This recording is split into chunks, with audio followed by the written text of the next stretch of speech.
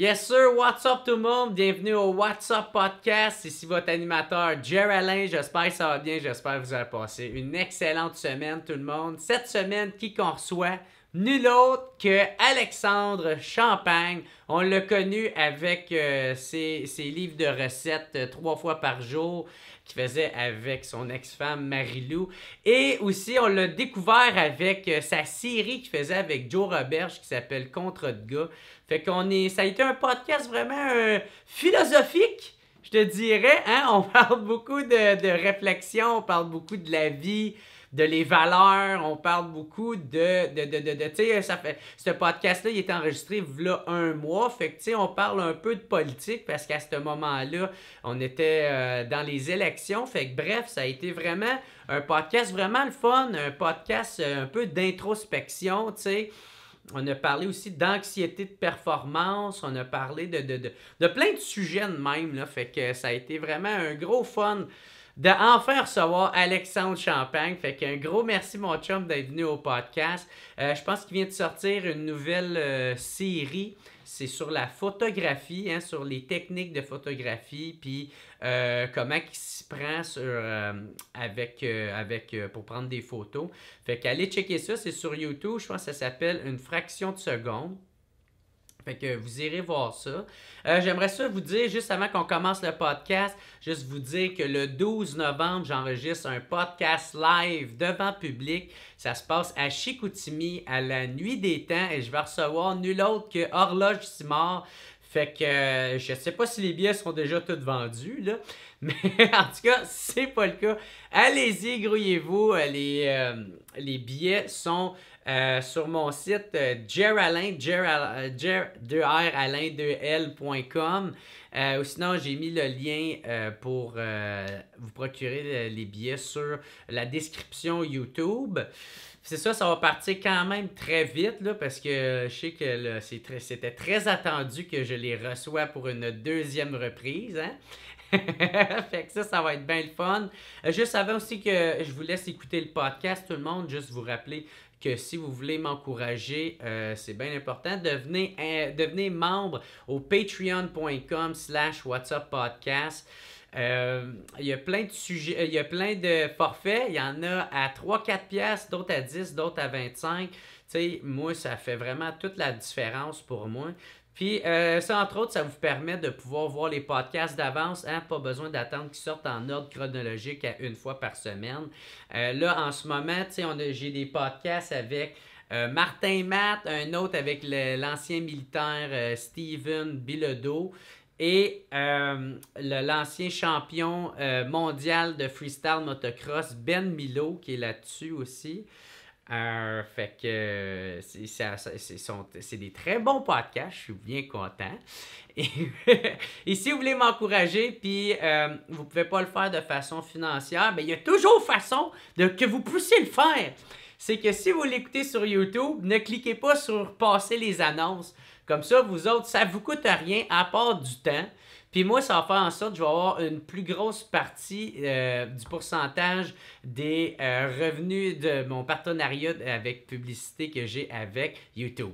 Fait que sur ça, ou sinon, je vous encourage tout le monde, abonnez-vous à mon channel YouTube, laissez un petit thumbs up, cliquez sur la cloche, faire sûr de rien manquer, laissez un petit message positif, c'est tout le temps super apprécié de vous lire. Sinon, abonnez-vous à mon compte Jerry Alain Instagram, ou sinon sur ma page Facebook Jerry Alain, Jerry de R Alain 2L. Ou sinon, sur ça, je vous souhaite un excellent podcast. Un gros merci à mon team WhatsApp de cette semaine.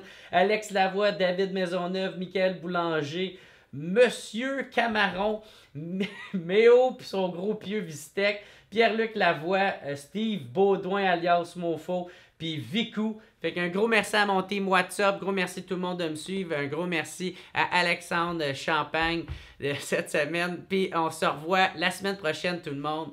Ciao!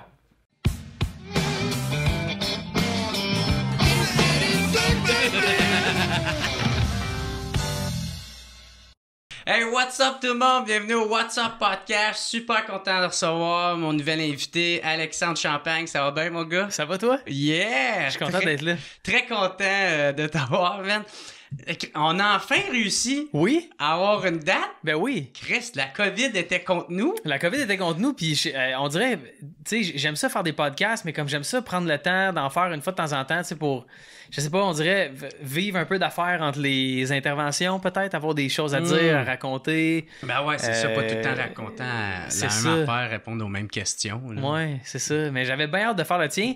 Je m'étais dit, il faut une fois dans ma vie que je fasse un podcast où le Doc Mayou est passé aussi. Yeah. Puis là, tu m'offres ça sur un plateau d'argent. Je suis bien content. Puis Éric Duhem. Éric Duhem, c'est vrai, je savais pas, Éric. Ouais. Je savais à un moment donné, je pense que c'est le premier qui a comme osé, là, parce qu'apparemment, là, c'était diabolique là, quand tu parles à Éric. Le premier qui avait osé, c'était Louis T à son émission. Il avait reçu Éric Duhem. Je me souviens pas c'était quoi le contexte, mais il avait reçu Éric, ouais. OK. Ouais. Ben moi, le but, c'était... Parce que moi, c'est ça, je viens de Gatineau. Je suis pas un gars qui a tout le temps été cultivé, là, tu sais. Fait que moi, m'en calisse, moi, man, j'étais un peu le cliché, là, man, j'ai lâché l'école. Je voulais m'en aller en construction, boire de la bière, puis fumer des battes. Comment ça s'est passé, ça? Ben, ma mère est morte, et j'ai pris une autre direction. Life changer, guys. Life changer. Non, mais tu sais, elle me trouvait bien drôle, fait que je me suis intéressé à l'humour, puis là, l'humour... Tu sais, puis moi, j'ai tout le temps été vraiment curieux dans la vie. Fait que là, j'ai commencé à regarder plein de documentaires. Tu sais, puis là, après ça, j'étais arrivé à 22, 23. Puis là, j'étais comme, je voulais découvrir. Puis je suis devenu genre full hippie, là. Ah ouais? Mais bref, en tout cas, on n'est pas ici de parler de moi. Mais c'est ça, fait que moi, quand j'ai reçu Éric Duhem, je catchais pas c'était quoi. Pourquoi tout le monde l'haït, ce gars-là, tu sais? Puis moi, c'est parce que je suis de Montréal. Ouais. Ben, à ce moment, j'habite à Montréal. Fait que tous les commentaires, genre ça, c'est qu'il est détesté ben raide. Puis là, de qu'est-ce que je comprends, il est quand même très aimé à Québec. Ouais.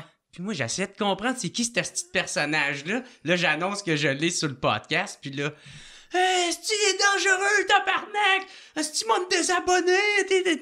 T'encourages le mal, quasiment. Ouais. Là, j'étais comme, tabarnak. Ouais, je peux comprendre. Ils sont bien intenses, je peux comprendre. C'est sûr que c'est une figure qui est polarisante, tu sais, puis plus on voit les années aller, plus on voit que ça devient la tendance de se placer d'un côté ou de l'autre sans apporter de nuances tellement à notre discours. Je connais pas Éric personnellement, j'y ai parlé quelques fois. Il y a certaines de ses interventions qu'il a fait publiquement que j'ai trouvé absolument exécrables. Mais en même temps, il faut aussi comprendre qu'il y a beaucoup de gens qui le suivent, il y a beaucoup de gens qui l'écoutent. Puis il faut voir ça comme un symptôme et non comme un problème. Tu sais. Tu peux pas, comme on parlait avec un de mes chums récemment de Donald Trump, tu sais, comme quoi il y avait eu plus de 75 millions de votes aux États-Unis. Fait que c'est-tu 75 millions de personnes qui sont complètement stupides et déconnectées de la réalité? Peut-être. Mais en même temps, il faut comprendre pourquoi il y a autant de gens qui se sont rendus à aller voter. Puis tu peux pas ne pas analyser et ne pas écouter ces gens-là en pensant que vu que tu as un point de vue X, ben c'est ce point de vue-là qui doit prévaloir. Tu sais. Mais c'est ça la démocratie. C'est d'écouter tout le monde puis d'en arriver à un choix. Là, puis tu peux pas, c'est ça, tu peux pas les diaboliser, ce monde. Parce que des fois, tu dis en arrivant à un choix, des fois on est présenté avec des non-choix. Tu sais, on est présenté avec des faux dilemmes. C'est ça. Dans le sens où, Chris, c'est l'avortement, là. Ouais. Tu sais, oui ou non? Ben, je sais pas, man. Moi, Chris, oui, est-ce que... Ben, moi aussi, je pense que oui, tu sais. Sauf qu'en même temps, est-ce que ça doit être considéré comme un moyen de contraception? Je dis pas qu'il y a des gens qui considèrent ça comme ça, mais est-ce qu'on peut avoir la conversation? Puis moi, je pense que naturellement, en ayant la conversation avec des gens qui sont contre, on va naturellement corriger le cours de l'histoire, puis on va réaliser que c'est pas une mauvaise affaire. Mais on va aussi dire à des gens qui pensaient à ça comme second recours que c'est pas nécessairement une bonne affaire. T'sais, c'est difficile. L'avortement, j'ai jamais passé par là, mais je peux juste imaginer, je comprendrai jamais. Mais comme c'est comme un faux dilemme, tu sais. Je pense qu'il faut donner des soins de santé adéquats au plus grand nombre de gens possible. Mais tu sais, on peut-tu avoir la conversation? Peut-être ça va faire en sorte qu'on va objecter notre pensée puis qu'on va arriver encore à des meilleures solutions que ce qu'on a présentement. C'est juste que si on subit pas d'épreuves, on peut pas améliorer notre sort. Fait que, tu sais, puis là, écoute, c'est une longue et profonde question, l'avortement. J'ai peut-être pas pris la meilleure, mais pour te dire... Éric Duhem, moi je pense que comme tout le monde, il mérite d'avoir son droit de parole, tu sais. Ouais. Puis après ça, il y a des gens qui disent « Ouais, mais c'est parce que tu lui donnes une plateforme. » Il y en a déjà une. Puis je pense que c'est mieux qu'il y ait une plateforme où tout le monde est présent qu'une plateforme où il est tout seul à craquer ses troupes, qui se sentent mises de côté, puis que ça devient des echo chambers, puis que ça fait en sorte que ces gens-là reviennent 3-4 fois plus fort, tu sais. Ouais. Puis qu'ils s'enfoncent là-dedans. Là. Comme QAnon. Tu sais, QAnon, ça a été la même affaire. On a ridiculisé ces gens-là. Je sais pas si tu as vu le documentaire. Ben oui. On a ridiculisé ces gens-là, mais comme ces gens-là... Tu sais, l'empathie, je pense que ça existe pour en donner aux gens qu'on pense qu'ils en méritent le moins possible. Fait que c'est sûr que c'est dit. Moi, j'ai écouté 2 épisodes de cette série-là, puis j'étais en tabarnak. Là. J'avais de la misère à finir les épisodes, parce que j'étais comme, je peux pas croire qu'on manipule des gens autant que ça. J'étais pas en crise parce que je trouvais que les gens étaient stupides. J'avais de la peine parce que je savais qu'ils étaient plus intelligents que ça.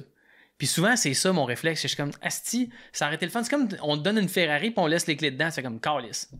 C'est plat. Je pourrais pas m'en servir comme du monde, tu sais. Puis il y a beaucoup de gens Puis même moi, des fois, je suis cette personne-là, mais que je me dis, Chris, avec autant d'intelligence, comment ça se fait que tu t'en sers de même? Fait que comme je te dis, je suis le premier à me pointer du doigt pour ça.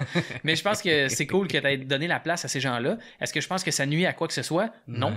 Je pense pas, mais ça, c'est mon opinion bien personnelle. Moi, j'ai juste essayé de comprendre c'était qui, ce dude-là. Puis à chaque fois qu'il arrivait pour de parler de politique, j'étais comme ouais, non, mais moi c'est parce que juste genre ta famille, comment qu'ils prennent ça là autour de toi. Puis moi je trouve ça intéressant, tu sais, d'avoir cette version là de quelqu'un qui est polarisant ou controversé. Puis c'est toujours moins pire quand t'es face à face avec cette personne-là. Ben ouais. Il était super fin. Pour avoir rencontré Mathieu Bock-Côté, j'ai fait un meme sur lui qui disait personne ne peut te contredire si tu n'arrêtes jamais de parler. Ouais. Puis comme le gars est une figure polarisante aussi, tu sais, il y a des idées, des lignes de pensée avec lesquelles je suis absolument pas d'accord pantoute. Mais en face à face, en personne, c'est un gars très sweet, tu sais. Puis c'est dommage qu'on puisse pas avoir les conversations d'un côté puis de l'autre, là. Tu sais, je pense que... En tout cas, bref, on les salue. Ouais, c'est ça. Hey, pour ceux qui te replacent pas en ce moment, tu sais, on t'a connu avec Contre de gars, tu faisais avec Joe Roberge. Je parlais de ça avec Joe Roberge avant de m'en venir. Ah plus, ouais? Il y a pas, comme je dis, il y a pas une journée dans ma vie où je m'en fais pas parler de ça. De Contre de gars depuis encore? 2008, ouais. Ah ouais? Ouais. Puis aussi avec 3 fois par jour, tu sais. Ça aussi, même affaire. Ouais. Puis, ouais, c'est ça. Comment t'as commencé là-dedans? Parce que toi, t'es arrivé en 2007 à l'École nationale de l'humour. J'ai commencé en 2004 à l'École de l'humour. OK. Je me suis fait mettre dehors après 1 an, puis je suis revenu faire mon année et demie qui restait à plus la tournée. C'est ça. Ouais. On est pas beaucoup d'humoristes qui ont eu le traitement. Il y a... oh man, je me souviens plus leur nom. Oh mon Dieu, Pat... Puis Christopher, William. Puis c'est ça. Puis moi, j'ai été repris à l'école. Puis j'ai fait la tournée, tout ça. Puis avant même d'avoir fini la tournée, c'est Stéphane Fortin, qui est le gérant de Joe Roberge, aujourd'hui, qui est venu me voir directement quand je suis sorti. Je faisais C'était le show de l'École de l'humour qu'on avait fait au musée Juste pour rire à l'époque, qui était sur Saint-Laurent. Je sais pas si tu as connu cette époque-là, qui était une salle de spectacle magnifique. Ça me brise le cœur que ça n'existe plus d'ailleurs. On avait fait un show là, il y a un gars de Juste pour rire qui m'avait vu, Éric Bellé, il m'avait dit viens faire les auditions pour les galas. J'avais fait les auditions pour les galas au musée Juste pour rire, puis au studio Juste pour rire dans ce temps-là, puis après ça à la Valkyrie qui est comme les shows de rodage finalement pour les galas. Puis il m'avait dit bon c'est vraiment nice, ça fonctionne super bien. Puis c'est quand on a refait un show au Club Soda avec la tournée que c'est comme rappelé que j'avais un number qui était pas pire, qui était la toune d'amour de toune d'amour. Fait que j'ai été signé. J'ai fait de l'humour tout de suite en sortant, mais moi, c'est pas le stand-up qui m'intéressait. Je suis sorti comme 1 an après, genre Guillaume Wagner. Je suis sorti en même temps que François Bellefeuille. Il y avait des Mélanie Couture. Il y avait des grosses pointures de stand-up. Puis j'étais comme... Le travail que ça va me prendre de me rendre là, ça m'intéresse pas. J'étais comme un peu paresseux. Je sentais aussi que j'avais pas grand-chose à raconter parce que je me disais, tu sais, j'ai 18-19 ans. Je suis sorti de l'école, j'avais 21 ans. Fait que moi, ce qui m'intéressait, c'était les sketchs. Fait que le premier sketch que j'avais fait, c'était un gars qui faisait du parcours. Puis là, qui trouvait ça bien le fun de faire du parcours. J'avais plein de personnages en banque que je voulais faire. Puis à un moment donné, j'ai fait Contre de gars parce que j'étais à court d'idées. Puis c'était le thème d'un impro que j'avais fait avec Joe Roberge. Puis Joe Roberge, à ce moment-là, n'était pas dans la boîte. Puis là, la boîte voulait qu'on prenne un artiste de la boîte. Fait qu'on était avec Simon Cohen. Fait que c'était moi puis Simon Cohen. OK. Puis Simon a dit ouais, moi ça me ressemble pas vraiment, tu sais, je me sens pas bien là-dedans. Puis tout, fait que là j'ai dit Joe, viens-t'en, man. Il fait pas de personnage pendant tout. C'est ça, mais c'est ça qui était drôle, c'est qu'il était juste là, tu sais, c'était comme le gars silencieux qui fume des tops, un peu comme Silent Bob dans Jay and Bob. Ouais. Puis son personnage était bon, tu sais, mais Joe Roberge, c'était un meilleur casting. Puis c'est Simon là, qui est parti là, lui-même, on l'a pas bumpé ou rien. Fait qu'on a commencé à faire Contre de gars, puis le reste, c'est l'histoire qu'on connaît, tu sais. Ouais. Puis, mais est-ce que tu trouvais que tu étais trop jeune pour commencer l'École nationale? Je pense pas que c'est une question d'âge, je pense que c'est une question de vécu. Je pense que j'avais une essence comique importante qui était bonne en improvisation, qui était bonne pour réagir, qui était bonne pour faire rire les gens autour de lui. Mais de canaliser cette essence-là en un travail, fuck all. J'étais ben trop jeune, aucune maturité, pas de discipline. Ça a été un enjeu pas mal, ça, dans ma vie aussi. Fait que je te dirais que c'est pas une question d'âge, c'est une question de j'étais-tu prêt ou pas. J'étais vraiment pas prêt à faire ça. Puis, tu sais, ça a été beaucoup ça, mes écoles dans la vie. J'aimais ça me mettre dans la merde. J'aimais ça faire des choses que j'avais l'impression que j'étais pas prête à faire. Puis je les ai faites quand même. Tu sais, comme partir une entreprise avec Marie. J'étais pas prêt. Là. Moi, je passais d'un gars qui faisait des shows dans des bars à un gars qui, après 1 an et demi, a 26 employés. Tu sais. Fait que c'était fucké. Tu sais. J'ai réussi dans un certain sens, mais il y a beaucoup de plans sur lesquels j'ai échoué aussi. Puis que je trouve que c'est important de parler. Mais c'est ça. Fait qu'école de l'humour, j'ai réalisé que l'humour, c'était pas tant mon affaire. J'étais un peu frustré de la fin de contrat de gars, comment ça s'était passé. J'avais tiré la plug parce qu'on avait une mésentente avec les gens qui géraient le projet et non entre Joe et moi. Puis ensuite de ça, 3 fois par jour, parce que là, j'avais commencé à faire de la télé un peu plus, je trouvais ça plus le fun. Finalement, j'aimais plus ça. Fait que là, j'ai rencontré Marie-Lou, elle a fait des muffins, j'ai fait des photos, puis c'est ça, on a fait des livres. On a fait des livres de cuisine. Fait que quand t'es rentré à l'école, c'était en 2004. C'est-tu là que t'étais avec Bellefeuille? Non, en 2004, j'étais avec... Crystal Williams? Non. J'étais avec Guillaume Wagner, Sexe illégal. J'étais avec... oh my God. Au secours, ma mémoire est pourrie. Je veux pas mélanger les 2 années. Bref, tu sais, j'ai côtoyé aussi Simon Gouache, François Bellefeuille, Mélanie Couture. Parce qu'elle m'a amené, t'avais écrit dans les commentaires, genre, parle à Simon Gouache de telle affaire, de tel numéro. Oui. Faisait... C'était quoi ça? Ok, à l'école. Je sais jamais si c'est une joke. Non. Puis genre, je pose la question, puis j'ai l'air d'un hostie d'attardé. Non. À l'école de l'humour, un gars avec qui j'avais beaucoup de franche camaraderie, c'était Simon. Tu sais, Simon, je l'aimais vraiment beaucoup. Encore aujourd'hui, c'est un gars qui me fascine. C'est un gars qui a un humour que je trouve hallucinant. Puis à l'école, on niaisait tout le temps ensemble, on déconnait ensemble, tu sais, de l'humour d'humoriste. Puis à un moment donné, il y avait un piano qui traînait dans la salle de répétition à l'école de l'humour, puis on était comme « Hey Chris, on devrait faire de l'humour pour le planétarium, tu sais, des jokes de planète. » Puis là, il faisait juste faire des grosses notes, puis il était comme « Et Mars! Naki! » Puis là, c'était comme « On va faire de l'humour de Big Bang. » C'était complètement stupide. Puis après ça, c'était le show des relations, où est-ce qu'on avait trouvé un ballon à terre, puis lui, il se mettait à côté de moi, puis on se passait le ballon par en haut, puis c'était comme accepter l'autre dans sa différence. Puis ça durait une éternité, man, de l'humour relationnel. Puis après ça, il y avait les graffitis, genre on était 2 jeunes qui faisaient des graffitis, puis qui avaient peur des coches. Puis en tout cas, c'était rien de bon, là. C'était juste lui puis moi qui essayait de cope avec le fait que l'école, c'était dur en crise. Puis c'était comme ça qu'on survivait à nos cours, I guess, je sais pas. Puis c'était ça, je voulais que tu y en parles parce que ça nous a vraiment fait rire. Puis je regarde Simon aujourd'hui faire du stand-up, je suis tellement fier. J'ai fait les photos de son premier gala Juste pour rire en 2021, à l'été. Quand il sort du backstage pour rentrer, pour animer son premier gala, puis j'étais bien fier de lui, fait que c'est pour ça que je voulais que tu lui parles de ça. C'est cool, man. Puis comment t'as aimé l'école? T'as-tu aimé ça ou... Ben, j'ai pas aimé ça parce que j'ai jamais aimé l'école en tant que telle, mais l'école, j'ai aimé ça parce que ça m'a apporté une vision un peu plus mature de la vie. Je vais toujours remercier Louise Richer de m'avoir repris à l'école puis de m'avoir laissé terminer mon parcours pour avoir fait la tournée. Parce que la tournée, c'est drôle, mais c'est ça qui m'a confirmé que je voulais pas être humoriste. C'est un métier qui est totalement le contraire des autres. Non, mais c'est ça. Moi, la tournée, ça m'a fait ça m'a fait réaliser que l'humour, ce métier-là, c'était pas pour moi. Puis que j'avais une admiration sans limite pour les gens qui pratiquent ce métier-là. Tu parles du stand-up, Je parle de la scène du stand-up. Faire un one-man show, one-woman show. Moi, je viens de l'époque de l'école où on disait ouvertement, je disais pas ça, ou peut-être je l'ai dit en joke à un moment donné, mais où on disait ouvertement devant les filles, une fille, c'est pas drôle. Tu sais, puis ça a beaucoup évolué depuis ce temps-là, l'humour. Puis je pense que si j'avais fait mes armes aujourd'hui, peut-être je serais resté. Parce que je trouve ça cool quand même, le stand-up. Puis éventuellement, un jour dans ma vie, j'aimerais ça avoir un one-man show, mais je pourrais pas partir faire 200 représentations dans une année. J'ai pas la force de faire ça. Je me tannerais, j'ai besoin de nouveautés, j'ai besoin d'explorer des choses, puis d'avoir un cadre aussi rigide, je serais pas capable de faire ça. Mais tu dis que parce que t'avais pas de choses à dire, tu sais, là, aujourd'hui... Ben, j'ai un vécu qui est différent. Je pense que j'ai observé des affaires, mais je trouve pas encore assez pour me présenter sur une scène puis dire au monde, donnez-moi 75$ pour m'écouter parler pendant 2 heures.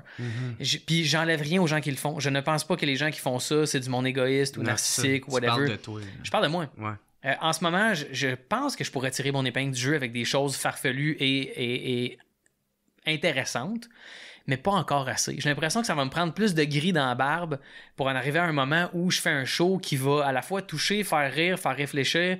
Je veux faire les choses comme du monde, puis il n'y a rien de mieux que le temps pour façonner ces choses-là comme il faut, tu sais. Puis c'est ça que je remarque. J'ai commencé tôt parce que j'avais envie de faire rire, j'avais envie d'être populaire, j'avais envie d'être connu, parce que je pensais qu'en étant connu, tout le monde t'aimait, puis ça faisait en sorte que tu n'étais jamais triste.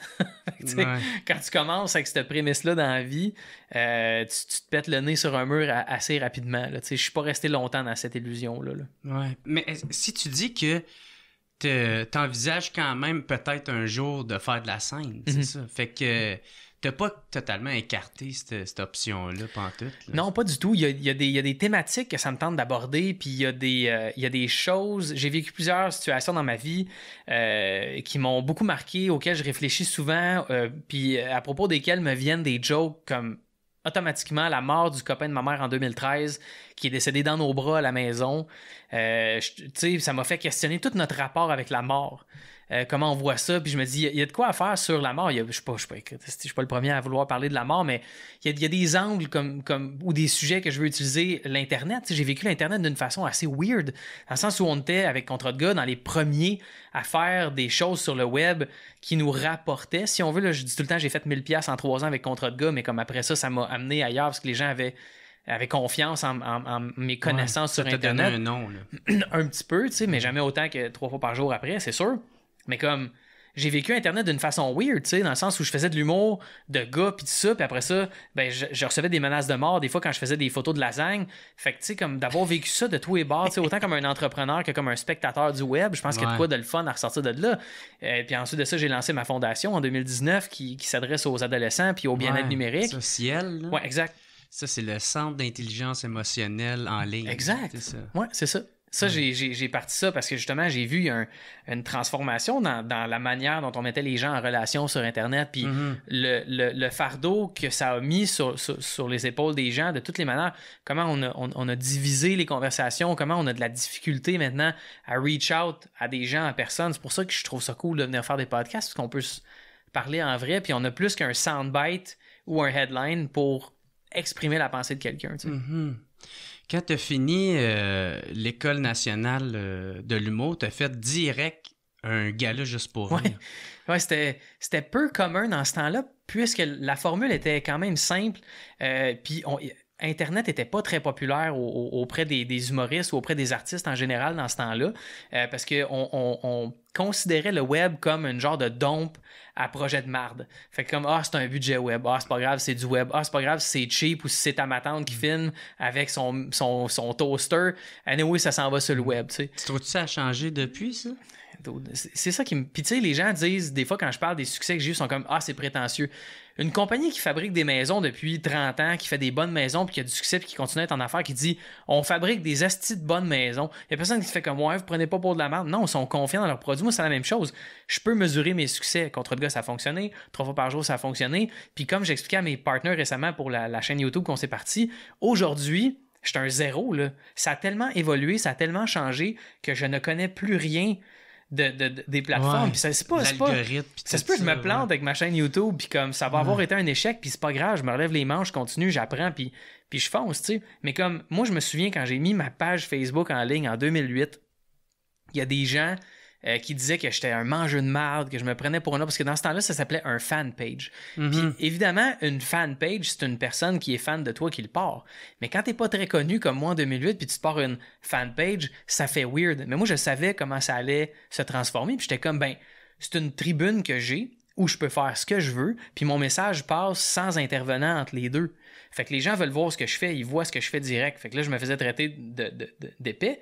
Puis 1 an et demi après, je me faisais payer pour établir les pages Facebook de gens qui sont connus aujourd'hui, tu sais, pas toutes, mais comme mon expertise, on me payait pour mon expertise à ce sujet-là, puis après ça, j'ai fait 3 fois par jour, mon studio, mes ateliers, ces affaires-là, à cause des connaissances que j'avais acquises, mais aujourd'hui, c'est tellement fantastique pour une personne qui sort de l'école de l'humour d'avoir ce canal-là pour la communication. C'est juste un peu plate parce que maintenant, les algorithmes ont changé, puis la moitié de la planète est rendue sur Internet. J'ai été... Tu sais, je dis oui, OK, j'ai fait ci, j'ai fait ça, mais j'ai été chanceux d'être dans cette époque-là. Parce qu'à cette époque-là, c'était pas la moitié de la planète qui était là. C'était 25, 30, 40, 100 millions de personnes, mettons, qui étaient là au lieu de 3,5 milliards. Tu sais, c'est quand même assez impressionnant. Puis aussi, ben, le modèle économique de Facebook n'était pas pareil à ce moment-là. C'était plus facile d'avoir une portée qui était grande puis une grande visibilité quand tu étais là-dessus en 2010. En 2013. La était ouverte là, au max. Écoute, je te donne un exemple. Un gars que j'aime beaucoup, excuse-moi, je t'ai accroché en dessous de la table, je pense. Un gars que j'aime beaucoup suivre sur YouTube, c'est Peter McKinnon, qui est un photographe qui lui aussi se faisait dire la même affaire. T'es pas un vrai photographe, t'es un YouTuber. C'est comme moi, mais j'ai ramassé 5,5 millions d'abonnés, je vends des prints, je fais des contrats photos pour des compagnies que j'aime. Qu'est-ce qui détermine que t'es un vrai ou pas un vrai, tu sais? Puis je regarde ces vidéos aujourd'hui, il y a 5,6 millions d'abonnés, tu dis, il va y avoir des millions de views sur ces affaires, 270 000, 300 000 views. C'est tough, même pour les gens qui sont établis, c'est tout le temps du renouveau, puis à un moment donné, c'est parce que la limite de l'innovation est comme finie, là. Puis il faut que ta connaissance de l'informatique commence. Puis c'est ça que je trouve ingrat pour les gens qui s'y mettent aujourd'hui. C'est que non seulement ça prend beaucoup de créativité, mais ça prend aussi une connaissance accrue des moyens techniques d'aller chercher du monde. Ouais. Puis malheureusement, les moyens techniques d'aller chercher du monde, c'est des petits extraits avec des soundbites extrêmes où les gens sont d'un côté ou de l'autre du combat politique ou d'un enjeu politique ou social, peu importe. Mm-hmm. Puis c'est ça qui fonctionne. Du clickbait. Là. Exact. Fait que c'est difficile pour un artiste qui arrive avec un produit novateur, même si c'est la meilleure chose du monde, de percer. Parce que maintenant, il faut que tu payes 2-3$ par jour à Facebook juste pour avoir un petit peu de visibilité. Il faut que tu choisisses ton audience. Est-ce que ton audience a-tu pour les bonnes raisons? Reste-tu là assez longtemps? On s'est comme donné des outils de mesure, mais c'est ça qui mène à notre fin, on dirait. Parce qu'on oublie de créer dans le plaisir. Fait que vu qu'on oublie de créer dans le plaisir, puis on veut répondre au lieu d'avoir 3 ou 4 paramètres ou 3 ou 4, comment je pourrais dire, je l'ai juste en anglais dans la tête, j'essaie de dire en français. Au lieu d'avoir 3 ou 4 objectifs à remplir, ben là, on a comme 70 outils de mesure, tu sais, le temps, l'attention, le click-through, le open rate, toutes ces affaires-là qu'on a considérées. Fait que, tu sais, je trouvais ça courageux en 2007, les gens qui se lançaient en stand-up. Aujourd'hui, je trouve ça courageux, les gens qui se lancent dans le web. Tu dois le savoir, je veux dire, tu roules une chaîne YouTube, puis on en parlait tout à l'heure, un Patreon, tout ça. Il y a des bons moyens que les gens tirent leur épingle du jeu, puis aient un revenu convenable pour vivre leur vie. Tandis que quand moi, en 2007, je m'en allais faire du stand-up, ben le chemin tracé, c'était comme, ben fais du stand-up jusqu'à temps que Musique Plus te reconnaisse. Ouais. Anime un choix Musique Plus, puis vends tes billets pour un one-man show, puis c'était pas mal ça. Anime un quiz à un moment donné, peut-être. Aujourd'hui, les opportunités sont multiples, mais en même temps, les eyeballs, les paires de yeux sont aussi multiples, puis les diffuseurs sont multiples, les plateformes sont multiples. Fait que, est-ce qu'on a cédé quelque chose pour avoir quelque chose de mieux? Je pense pas. On a juste un nouveau problème. Est-ce que tu penses que l'industrie voit encore le web un peu comme de la merde ou... Ça a changé pas mal. J'aurais de la difficulté à répondre. Premièrement, parce que je veux pas faire de procès d'intention à qui que ce soit. Puis deuxièmement, parce que je ne suis plus vraiment proche de l'industrie. C'est ça, ouais. Mais pour avoir réalisé une série avec Laurent Paquin qui était sur la chaîne YouTube de Juste pour rire. Ah oui, c'est vrai. Qui s'appelle Les Caprices de Laurent avec Simon Delille puis Laurent Paquin. Ah, c'était bon. C'était cool. C'était vraiment le fun à faire. Je sentais qu'on avait carte blanche. Je savais qu'il y avait un réel intérêt de la part de Juste pour rire de bien comprendre le marché. Puis même aujourd'hui, si on regarde le chiffre d'affaires de Juste pour rire, il y en a beaucoup qui vient d'Internet. Donc, je te dirais on dirait qu'au niveau du développement, je pense que la vision n'est pas encore assez loin. Mais au niveau financier, je pense que là, maintenant, on a réalisé et on a commencé à comprendre que ça pouvait rapporter énormément. Tu sais, quand tu parles d'un jeune gamer de 14 ans qui fait plusieurs millions de dollars par année, après ça, il y a tout le débat, est-ce que c'est la bonne affaire pour lui? Est-ce que c'est une bonne opportunité? Devrais-tu plus être à l'école, faire des études? Nanana. Ça, c'est une autre question, mais je veux dire, je pense pas que l'industrie snob le web. Puis en même temps, je pense pas que c'était du snobisme non plus au début, je pense juste que c'était une considération financière. T'sais. On sait que si on investit 2000, on le retrouvera jamais. Fait que ça s'est fait tranquillement, pas vite. Puis à un moment donné, mais sont arrivés les outils pour faire de l'argent, mais en même temps que les outils pour faire de l'argent, un peu comme la ruée vers l'or dans les années 1850 jusqu'à début 1900, ben oui, c'est le fun qu'il y ait de l'or, mais plus il y a de gens pour en prendre, moins il t'en reste à toi. C'est ça. Fait que c'est un peu la même affaire, finalement. Tu sais, tout à l'heure, tu parlais des techniques maintenant, aujourd'hui. Moi, j'ai été banni de Facebook genre une semaine. C'est-tu vrai? Ouais. Pour une esti de connerie. Là, c'est quelqu'un, genre, dans le fond, qui faisait une grosse énoncée, genre, pour dire, en tout cas, que j'étais pas assez éduqué ou des affaires de même. Puis j'ai juste, tu sais, avec des estis de mots à 100$, j'ai juste marqué vulve en dessous parce que ça me fait rire. ça, je m'en calisse d'elle.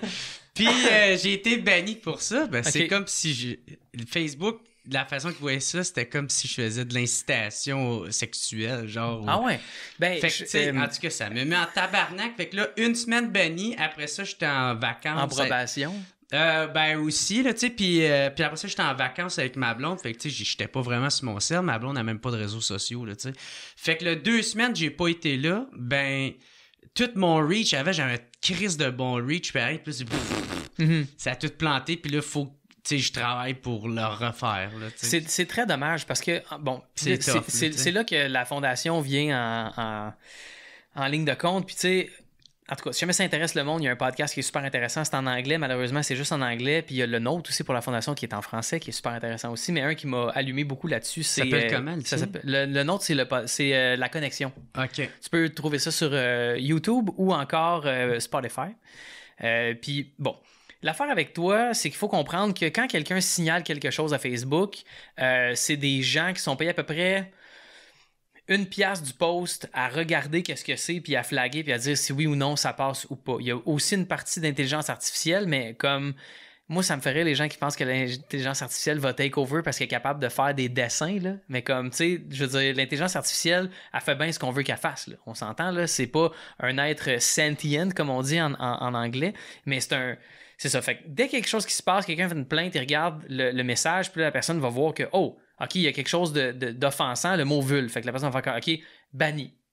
Sans prendre en considération le contexte, sans prendre en considération la réponse des autres, sans prendre en considération le message de base qui était le message de la personne qui t'a envoyé. Fait que les gens chez Facebook vont... C'est pas chez Facebook, c'est des sous-traitants. Ouais. Souvent dans des pays sous-développés, dans des communautés sous-développées, sinon dans des pays développés, qui vont être payés des peanuts pour faire en sorte que qu'est-ce qui se passe en Amérique du Nord quand quelqu'un dit « va chier Marie-Mé », est-ce que oui ou non, cette personne-là, on devrait lui retirer son commentaire? À partir de là, ces gens-là, à tous les jours, doivent enlever du contenu pornographique juvénile, du contenu violent, des meurtres, des choses qui se passent en direct qui sont vraiment pas clean. Fait que quand ils voient des affaires, tu sais, la majorité des choses qu'ils vont voir, ils vont se dire « ouais, mais c'est pas vraiment d'intérêt ou je comprends pas le contexte, fait que non, on l'enlèvera pas parce que liberté d'expression. » Dans ton cas, puisqu'il y avait un truc à caractère sexuel, probablement que ça a flagué, puis t'es passé dans le moulin, puis c'est ça qui est arrivé. Ensuite de ça, qu'est-ce qui arrive, c'est que Facebook a le contrôle sur la portée qu'ils vont donner à certains individus ou pas. Fait que c'est pas très démocratique de savoir que si tu es sur Facebook avec des propos qui choquent soi-disant une gauche ou une droite politique, que tu peux te faire bannir, puis qu'après ça, quand tu reviens, tu es comme... Shadow banning, ça n'existe pas, by the way. Ce qu'ils vont faire, c'est qu'ils vont diminuer la portée de tes choses parce qu'ils savent que tu as un comportement à risque. Donc, ils se protègent eux-mêmes, puis ils protègent aussi les autres. Le problème avec Facebook, c'est qu'ils sont à la fois des diffuseurs, puis à la fois des editors, comme ils appellent en anglais. Ouais. C'est que ça leur donne des droits d'un côté comme de l'autre. Des publishers, excuse-moi. Fait que ça veut dire que des fois, ils se prennent comme une compagnie de téléphone, dans le sens où s'il y a des menaces de mort qui sont proférées sur une ligne de TELUS à une autre ligne de TELUS, TELUS n'est pas responsable pour ça. Fait que des fois, Facebook sont comme TELUS. Mais d'autres fois, Facebook sont comme un éditorial. Fait que si quelqu'un comme Donald Trump a des propos dérangeants sur Facebook, ils peuvent le muter puis l'enlever de là. Fait que c'est une drôle de machine, Facebook, vraiment. Faut juste prendre ça en considération. Puis je trouve ça dommage parce que, tu sais, c'est une altercation entre deux personnes. Pas mal sûr que si vous allez prendre un café, toi et cette personne-là, ça va se régler en 5 minutes. Puis j'ai eu mon lot de commentaires désagréables. Puis si moi j'ai eu mon lot de commentaires désagréables pour avoir vécu 3 fois par jour avec Marie-Lou, c'était 100 fois pire. Puis Marie-Lou est 1000 fois moins loquace que moi. Puis elle prend pas de place. Puis elle est sweet. Puis elle est gentille. Puis elle l'a jamais envoyé chez personne. Puis elle a jamais fait de bévues sur Internet, si on veut. Mais elle recevait des affaires un peu comme toi, mais comme d'une violence inouïe. Tu sais, Léa Clermont-Dion, avec l'aide de... Son nom, c'était... Oh mon Dieu, sa partner dans le film qui vient de sortir, je vous salue, salope. C'est tellement important de regarder ce film-là parce que c'est la réalité sur le terrain. Mais tout ça pour te dire, je trouve ça dommage parce que des gens qui font du travail comme toi, qui se font bannir, ça a vraiment comment je pourrais dire, des grosses conséquences, tu sais. Toi, tu veux juste faire tes shit puis être respectueux. Le gars qui dit que t'es pas éduqué, nanana, ok, peut-être, oui, il y a des gens qui sont moins intelligents, tu sais, mais comme la supériorité dans la vie, ça n'a jamais servi à personne, tu sais. Fait que je te comprends d'être dans cette état-là, mais éventuellement, je pense que ça revient. Puis à force de faire... C'est juste que Chris, t'as approuvé à Facebook que t'es pas méchant. Tu sais, c'est-tu comme... Ouais. C'est pas nice, là. Ben moi, il y a une partie de moi qui fait comme genre... Tu sais, liberté d'expression, on devrait quand même pouvoir... Mais en même temps, il y a un autre côté de moi qui fait comme... Ben, je suis qui pour dire à quelqu'un que sa compagnie quoi faire avec? Je suis le premier en tabarnak Quand quelqu'un me dit « Hey, tu devrais avoir lui ou elle ou telle affaire », je fais comme « Je m'en calisse de cette personne-là. Je veux pas l'avoir, tabarnak. C'est chez nous. » Je fais « Est-ce que tu veux, tabarnak? » Écoute quelqu'un d'autre, calisse. Fait que, tu sais, mais en même temps, tu sais, quand t'es gros de même, tu sais, t'as quand même le monopole des réseaux sociaux, puis tu t'arranges pour l'avoir. Fait t'as un peu une responsabilité. Exact, c'est ça que j'allais dire. C'est qu'il y a personne. Je dirais. Ben, t'en as un, parce que si t'as un impact social, on te doit de t'attribuer une responsabilité pour cet impact-là. Tu peux pas dire, tu sais, Facebook, ça vient de séries dans des téléphones dans des pays en sous-développement au monde. Si tu veux avoir Internet, tu dois passer par Facebook.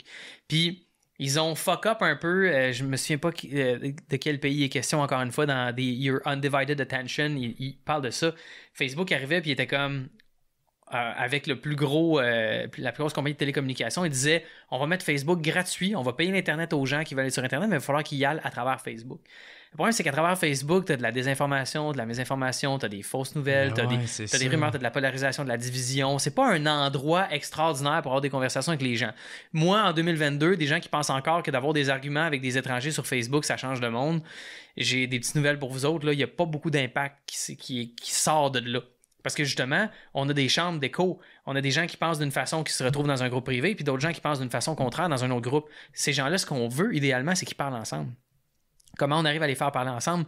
Pas sur Facebook comme du monde. C'est plus possible de faire ça. Moi, j'écoutais une vidéo de... Je pense que c'est Louis C.K. Il disait, tu sais, parce que t'es coupé par un écran, tu vis pas qu'est-ce que l'autre vit. Tu sais, quand tu fais comme « Toi, est-ce laide? » Tu sais, si tu le vois quelqu'un direct dans sa face, tu fais « Ah! » Puis sans méchant, tu vas faire « Ah! Je me sens mal d'avoir fait sentir quelqu'un mal. » Avant mais avec même un ça, écran... C'est ça, avant même ça, avant ça, les gens n'interagissent pas comme ça en société. Les gens parlent dans le dos du monde. Ouais. Mettons que, je sais pas, moi, je m'en vais au Galet des Oliviers puis il y a quelqu'un qui m'aime pas, tu sais. Mais cette personne va probablement venir me voir me serrer la main, là. Pareil. Parce qu'ils sont hypocrites. Hey, comment ça va, tu sais? Moi, je veux dire, il y a personne que je déteste dans la vie. Tu sais, il y a des gens avec qui, bon, j'ai peut-être pas laissé une bonne impression puis ça va, puis j'accepte que des fois, j'ai pas été le meilleur gars du monde puis c'est chill. Mais comme moi, je suis prêt à m'asseoir avec chacune de ces personnes-là puis faire amende honorable de ce que j'aurais fait de pas correct. Tu sais, j'ai pas de problème avec ça.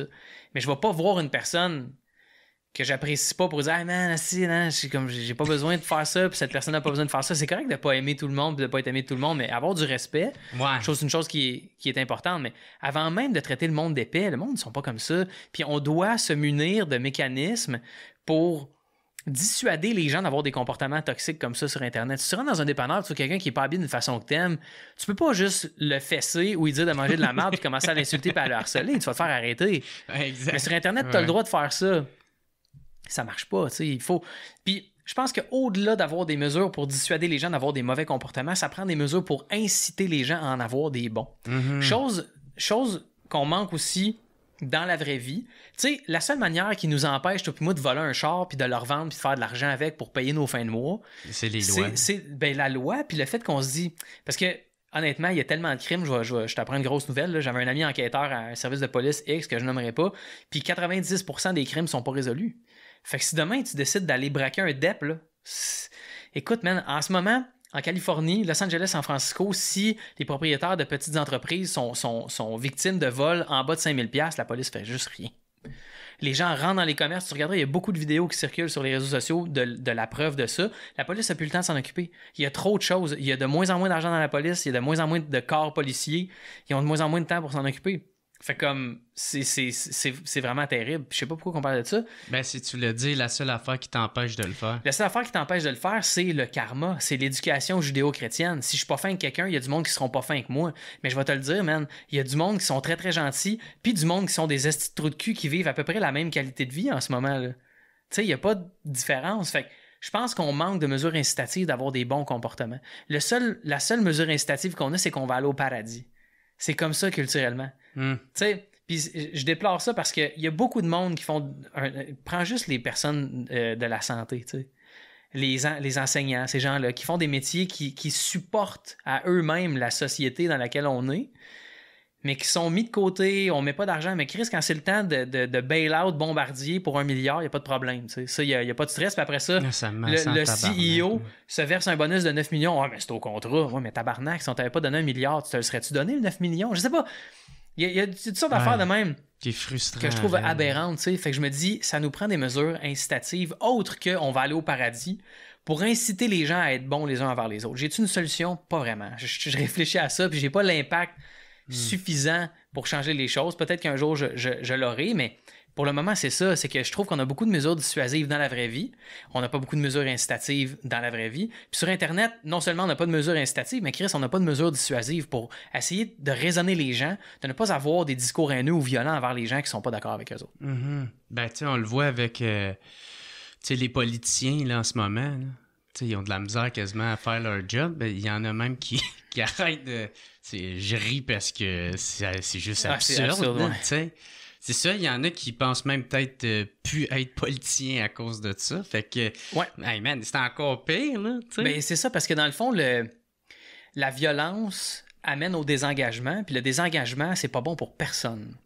Tu sais, c'est comme quand il y a des groupes de gens qui vont saccager des magasins contre le capitalisme. Le problème, c'est que ces magasins-là sont assurés. Les personnes vont faire appel aux assurances, les assurances vont augmenter. Fait que les gens qui veulent essayer de tirer leur épingle du jeu en faisant un revenu vont devoir payer plus cher, vont s'appauvrir de plus en plus parce qu'il y a des gens qui pensent que pour freiner le capitalisme, il faut se mâcher des vitrines de boutiques, tu sais. Mm-hmm. On manque de cette éducation-là économique, puis on manque de cette éducation-là au bien-être et à la bienveillance, je trouve. Puis là, c'est drôle parce que ma fille est rentrée en première année cette année, Jeanne, elle a 6 ans et demi. Puis moi, mon parcours scolaire, ça a été une catastrophe de A à Z. Là, j'avais des bonnes notes, je m'en tirais quand même bien, mais je pouvais pas tenir en place, c'était impossible. Fait que je vois ma fille rentrer à l'école, puis je suis comme, oh mon Dieu, on dirait que j'ai envie, tu sais, c'est mon rôle parental de lui enseigner les valeurs, la bonne conduite, ce genre d'affaires-là. Puis on est chanceux, on a une petite fille qui est très douce, qui est polie, qui est gentille. On n'a pas de troubles de comportement, en tout cas à venir jusqu'à présent, puis on remercie le ciel à tous les jours pour ça.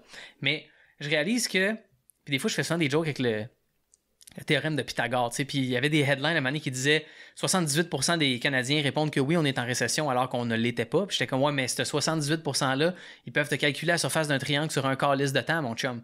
Puis c'est pas que je suis contre le fait d'apprendre des choses pour faire de la gymnastique intellectuelle aux gens, c'est que je suis pour le fait de leur enseigner des valeurs puis des choses importantes dans le day-to-day, la politesse. Puis pour se donner une culture dans laquelle on s'incite à être bienveillants les uns envers les autres. T'sais. C'est pas d'enlever les mathématiques, c'est full important, les maths. Moi, j'ai appris à compter parce que je me suis parti de business. Sinon, j'étais nullité en maths, ça m'intéressait pas, puis j'aurais probablement été vraiment pas bon avec l'argent puis les chiffres si ça avait pas été de mon entreprise. T'sais. Ça a été pour moi un switch là, le jour et la nuit entre les deux. Fait que c'est un peu tout ça en même temps. Moi, mon entrepreneuriat, je l'ai appris en vendant du pot. Ben, tu sais, c'est légal maintenant, puis c'est le gouvernement qui s'en occupe, mais c'est niaiseux, mais comme c'est un problème de mathématiques d'un livre de secondaire 3, là, tu sais, Jérémy a 3 onces qui vaut, je sais pas, c'était 140 l'once, moi, dans mon temps. Ouais, c'est ça. 3 onces à 140, puis là, ben, il sait qu'il peut diviser son once en grammes, ça va y en donner 28. Puis son 28 grammes, il peut le vendre comme 280$, fait qu'il fait combien de profit? 140 de profit, fait qu'il fait quoi avec ses profits? Tu sais, puis en tout cas... ça peut être un problème à poser. C'est une équation, c'est une question de qu'est-ce que t'as, combien ça coûte, qu'est-ce qui te reste à la fin. Je pense que c'est important. C'est sûr que j'encourage pas personne à vendre de la drogue, évidemment. Mais oui, c'est important aussi. Chris, tu l'as appris, là? Penses-tu que ça serait important qu'il y ait un cours, mettons, de gestion des comment agir sur les réseaux sociaux, puis... Ben, la réponse est oui, puis c'est exactement ça qu'on fait avec la Fondation, mais je te dirais que le problème n'est pas numérique, tu sais. La réponse et la solution à l'intelligence artificielle et son développement, c'est l'intelligence naturelle. C'est la décision qu'on va prendre en personne en ayant une conversation ouverte et transparente et continuelle à ce sujet-là. Le problème, c'est pas les réseaux sociaux, il y a une partie du problème qui est les réseaux sociaux, comment je disais au début, comment on met les gens en relation les uns avec les autres. Mais le problème, c'est qu'on a exacerbé des problèmes déjà existants. Le racisme existait avant les réseaux sociaux. On pense que les réseaux sociaux vont venir l'anéantir, mais au contraire, ça l'a exacerbé. Le racisme, c'est sûr qu'il y en a beaucoup moins qu'avant. T'sais, on n'est pas à l'époque de la ségrégation non plus, puis on n'est pas à l'époque de l'esclavage encore moins. Sauf qu'il y a quand même d'autres enjeux qui valent tout autant la peine de s'y adresser. Fait est-ce qu'on devrait avoir un cours sur comment se comporter sur les réseaux sociaux? Oui, mais en même temps, est-ce qu'on devrait avoir un cours pour savoir comment se comporter, point? Ben, je pense que c'est plus ça l'enjeu. C'est comment on transmet à nos enfants les bonnes valeurs. T'sais, la gentillesse, le partage, le respect, l'ouverture, l'écoute, l'empathie, ce genre d'affaires-là. Comment on leur enseigne ça? Parce que c'est bien correct de savoir compter et d'avoir de l'éducation matérielle, mais je trouve qu'on a un grand manque au niveau de l'éducation spirituelle. Puis, je dis pas que l'Église a fait des bonnes choses tant que ça dans l'histoire du Québec, mais en quelque part, le fait de tous avoir un cadre, ça a quand même donné une direction qui était un petit peu plus rigide. Puis je te parle pas là, de la Bible. Là. Je veux dire, il y a des affaires là-dedans là, ça n'a aucun hostie de bon sens. Puis à travers lesquelles les gens agissent encore aujourd'hui, là, comme par exemple Ben Shapiro qui pense que l'homosexualité c'est un péché puis ça devrait pas arriver. Basé sur un livre dans lequel on parle d'un gars qui a séparé l'océan en deux. Là, je suis comme Chris, prends ton gaz égal, mon Ben. Mais comme ce que je veux dire, c'est que je pense que ça prend une éducation de la part des parents, ça prend des systèmes d'éducation plus forts et plus axés sur la responsabilité des parents. Les professeurs sont épuisés. Les professeurs ont un job d'enseignement à faire, mais je pense que ça va au-delà de ça, ce qu'ils font dans les cours. Pour avoir été à l'école, pour connaître des professeurs, beaucoup de professeurs vont mettre la main dans leur poche pour du matériel dans la classe. Beaucoup de professeurs vont mettre la main dans leur poche d'énergie, de temps et d'engagement envers des élèves parce qu'ils se disent « Asti, je veux pas le laisser tomber. » Parce que un, c'est un de trop. Il y en a beaucoup des professeurs qui sont comme ça. Puis dans un système où on récompense, mais on encourage, puis culturellement, on accepte, puis on s'encourage à être bienveillant, le parent peut prendre un petit peu plus de lousse à son travail pour avoir un peu plus de présence avec son enfant. Mais tu sais, man, l'écart entre les riches et les pauvres se creuse. Les gens sont de plus en plus stressés de faire arriver les choses, fait qu'ils vont se pogner une deuxième, une troisième job. Le gig economy, ça a l'air beau, là, tu sais, faire du Uber, prêter sa maison avec Airbnb, prêter son char avec Turo. Mais les gens font ça parce qu'ils sont stressés de pas arriver. Puis quand t'es stressé de pas arriver, puis tu veux faire de l'argent vite, ben tu fais des compromis sur tes valeurs. Puis quand tu fais des compromis sur tes valeurs, tu t'en rends pas compte tant aussi longtemps que t'as pas eu un accident. Tant aussi longtemps que tu t'es pas séparé de ta blonde, t'as pas perdu tes enfants, t'as pas tombé dans l'alcoolisme ou dans le gambling ou whatever, il n'y a pas d'éveil de conscience. Fait que je pense que si on revient à la base, au début, c'est important de conscientiser les gens sur les valeurs, sur l'importance d'avoir une communauté qui est solide puis qui peut être là les uns pour les autres quand il y a quelque chose. Ça n'a pas rapport avec si t'es de gauche ou de droite sur le compas politique, ça a juste rapport avec ça tente-tu qu'on fasse de cette vie une vie plus le fun à vivre. Je pense que tout le monde est pas mal d'accord là-dessus. Après ça, ben, ça prend des projets puis ça prend une vision, mais je regarde la campagne électorale en ce moment puis je suis tout le temps... Je suis abasourdi par les propositions. Des fois, je me dis, câlisse, ça n'a pas de bon sens. Tu sais, il y a des affaires qui me semblent tellement absurdes. Il y a des choses de base. Puis, tu sais, je veux dire, Chris, moi, ça fait 37 ans que je suis en vie. Puis, d'aussi loin que je me souvienne, les campagnes électorales, c'est tout le temps la même affaire. Promesse, il n'y a rien qui arrive. Puis, on recommence après 4 ans. Tu sais, aucune business au monde pourrait fonctionner de cette façon-là. Ce serait pas possible de construire, déconstruire. C'est comme Chris, il faut tout qu'on s'en aille dans le même sens. Puis, je me dis, pourquoi ces 4-5 parties-là sont pas juste tout ensemble. Puis comme vous prenez chacun votre part du gâteau, là, puis vous avez des conversations, puis quand tout le monde est d'accord, let's go, on y va. Le syndrome du coq, est-ce que trop de chefs? Je pense que c'est... Ben, je sais pas. Je sais que dans la fonction publique, il y a vraiment un problème de trop de chefs, pas assez d'Indiens, qui est une... Je pense que c'est pas une expression qu'on peut encore utiliser aujourd'hui, je me souviens plus, mais je pense qu'il y a beaucoup de cadres, pas assez d'employés, fait qu'à un moment donné, l'argent se perd en haut, tu sais. Puis souvent, j'ai Québec solidaire qui dit on va taxer les riches, tu sais, plus. Mais ben, il dit les ultra-riches. Les ultra-riches avec 1 million d'actifs nets. Là. Oh, là. C'est comme... T'as une maison de 500 000 puis t'es pas loin de ça, c'est un fonds de pension qui a de l'allure. Parce que moi, je suis comme, ultra-riche, ben, je suis pour ça. Moi, tabarnak, taxer les colis, play, c'est qui? C'est genre du monde pour 90 000 de plus. Ben non, mais c'est pas... Je pense que les personnes qui ont beaucoup d'argent... Attends une minute, là, tabarnak, là, je suis pas ultra-riche, moi, colis. Ben non, ben c'est ça l'affaire. C'est que moi, je trouve... Moi, en tout cas, quand j'ai lu cette proposition-là, puis tous mes respects à Gabriel et Manon, puis à tous les gens à Québec solidaire, c'est des gens que j'ai côtoyés à un moment donné pour une séance photo qu'on avait fait, puis Manon, c'est une des personnes les plus fondamentalement gentilles que j'ai rencontrées de ma vie. Gabriel, même, à faire un gars tellement sweet. Je le trouve bon, depuis le printemps étudiant, mon gars, man, qui se fait n'importe qui en politique en ce moment, je fais comme... mais qu'on soit d'accord ou non, man, félicitations, pas de pente de style, ça a l'air tellement... C'est ça. Hey, de te faire, tu sais, pointer du doigt, de te faire confronter tout le temps, puis de... En même temps, tu t'es mis au service du public, fait qu'il y a quelque chose qui vient avec ça, mais il y a comme... mais la critique constructive ou la critique de... c'est normal, ça, tu sais. Mais c'est pas ça. Mais tu sais, sacrément, de te faire lancer des tomates, de t'es pour le démon! Ouais. Si tu manges des bébés avec Céline Dion. Hey man, c'est vraiment terrible, mais En tout cas, pour en revenir à Québec solidaire, on va taxer les gens, puis je suis comme... J'ai pas l'impression... Ben, premièrement, je suis pas de ceux qui pensent que si tu taxes le monde, ils vont s'en aller. Là. C'est compliqué changer de pays, puis aller dans tous les pays, tu vas te faire taxer anyway, là, à part si tu vas aux îles Caïmans. Puis... Ouais, quand le Parti québécois il est rentré pour la première fois, genre, je me souviens plus c'est dans quelle année, je pense que c'est genre 68 ou quelque chose de même. Il y a bien des banques anglaises, anglophones qui sont parties. Ouais. C'est ça qui a fait naître plein de compagnies québécoises. Ouais.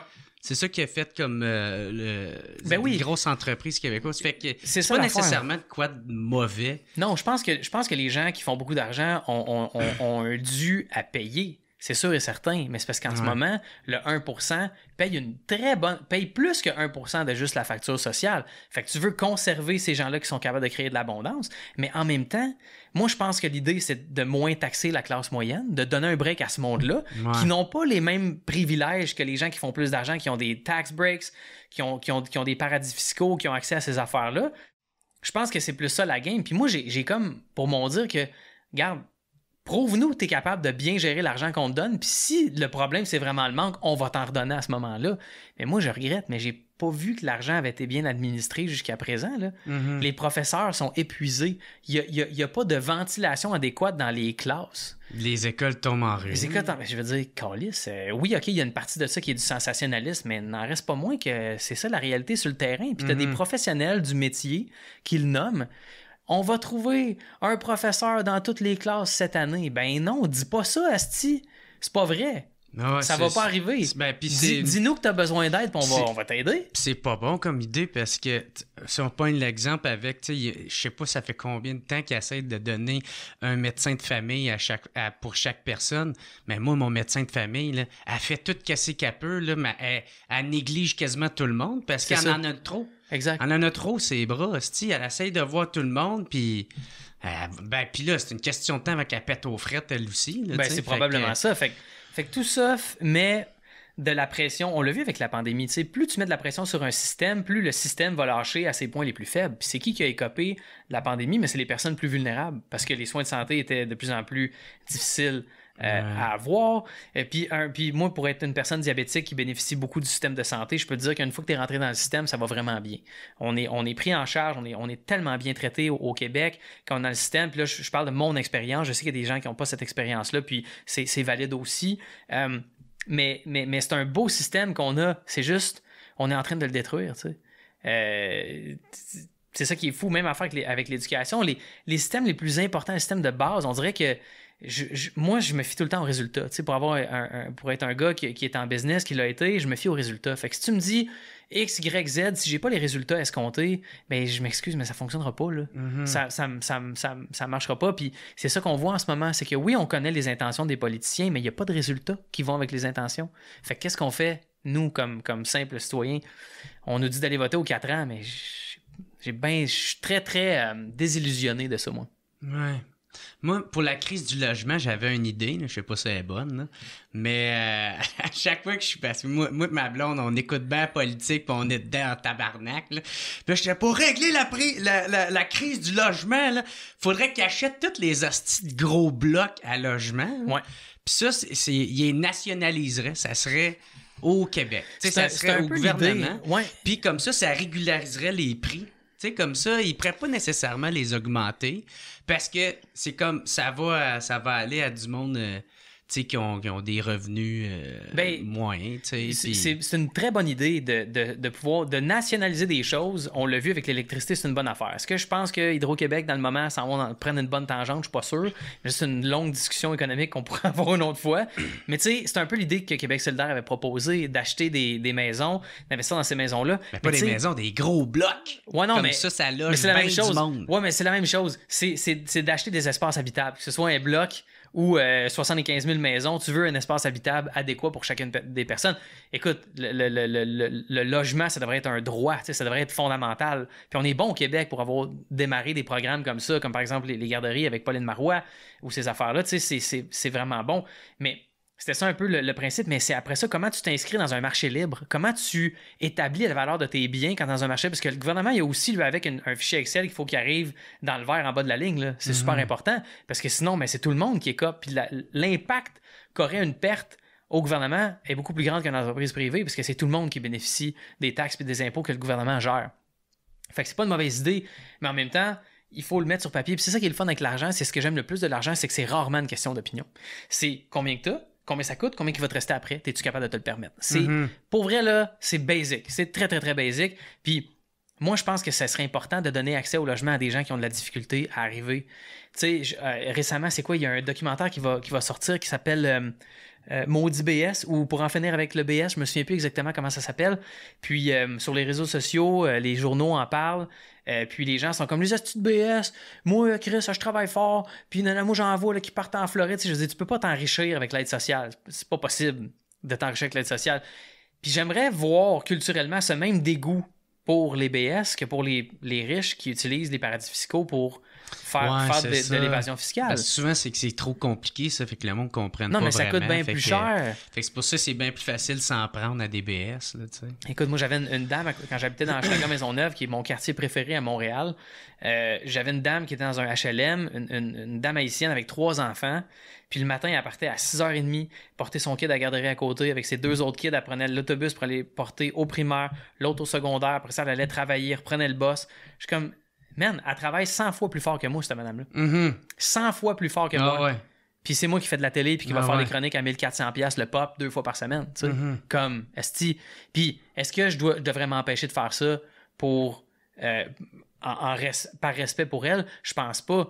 Mais je pense que ce que j'engendre comme revenu, si je suis capable de baisser mon niveau de vie, ben je peux te donner une partie pour aller aider des gens comme ça, tu sais. Puis pour moi, le trickle-down economics, je sais pas si tu as déjà entendu parler de ça, si on taxe moins les riches, ils vont quand même dépenser l'argent dans le système, ça va revenir aux pauvres en dessous.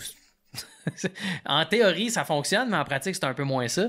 Fait que pour moi, c'est d'être conscient de l'impact économique qu'on a, puis d'être conscient de ce qui nous entoure, puis de faire les gestes en conséquence de ça, tu sais. On l'a vu avec la pandémie, man. C'est quoi, cette année, je pense que c'est pas loin de 6000 foyers de plus qui ont eu recours à l'aide sociale. C'est 6000 foyers, c'est en moyenne 3 personnes. C'est du monde en tabarnak, là, qui ont recours à l'aide sociale. Puis pendant ce temps-là, évidemment, puisque la pandémie a exacerbé beaucoup de problèmes puis a mis de la pression sur le système, mais les personnes qui étaient déjà bien nantis le sont encore plus, puis les personnes qui avaient encore moins ont pas mal moins, tu sais. Fait que l'écart se creuse encore plus. Oui, l'écart se creuse, puis c'est très, très dommage. Je sais pas comment on en est venu à parler de ça, mais c'est important de le nommer. Si on en revient avec ta carrière, parce que je parlais du fameux gala Juste pour rire que t'as fait. Ouais. Fait que c'est ça, tu l'as eu tout de suite. Toi, c'était-tu en même temps que...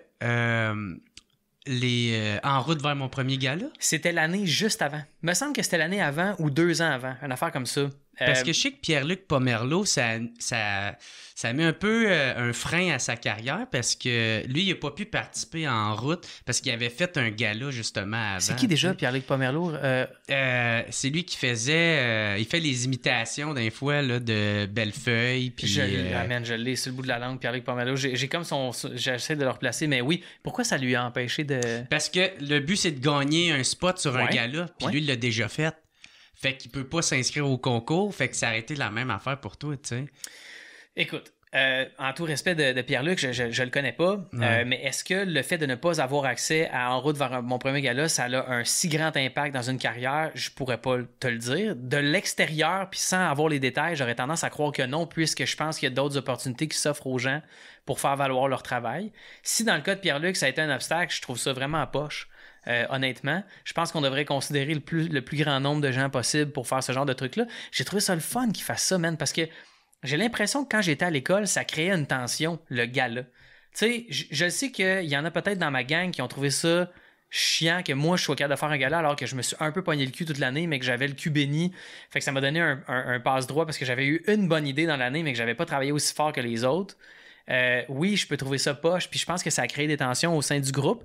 Ouais, à ce point-là. Ben, je pense, moi, je serais en tabarnak, là, tu sais, tu travailles fort toute la session, tous les 2 ans, tu travailles fort, ça te coûte du cash, t'es en appart, c'est difficile. Puis surtout au début, tu sais, parce que moi, c'est ça. Moi, au début, tu sais, ça m'a pris peut-être 10 ans pour avoir comme une genre de paix, là, tu sais, parce que moi, je me comparais beaucoup aux autres, tu sais, puis là, faut pas faire puis ça. là, m'amener aussi, c'est que t'as une belle montée, puis après ça, Chris, quand t'as atteint, ben là, tu stagnes, là, tu redescends, puis là, tu remontes, puis là, Fait que là, c'est facile de se comparer, puis faire comme tabarnak, pourquoi que lui a ça, pourquoi qu'elle a ça, tabarnak. Exact.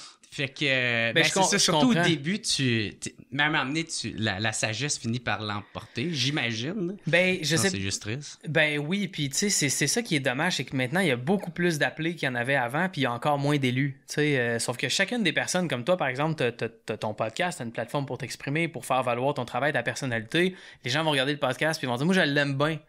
Tu sais, fait que je vais aller le voir en show parce que j'ai écouté ses podcasts, je trouve ça le fun de passer du temps avec lui, fait que je vais aller voir son show, c'est une belle affaire, tout le monde peut faire ça. Fait que pourquoi je dis ça par rapport à Pierre-Luc?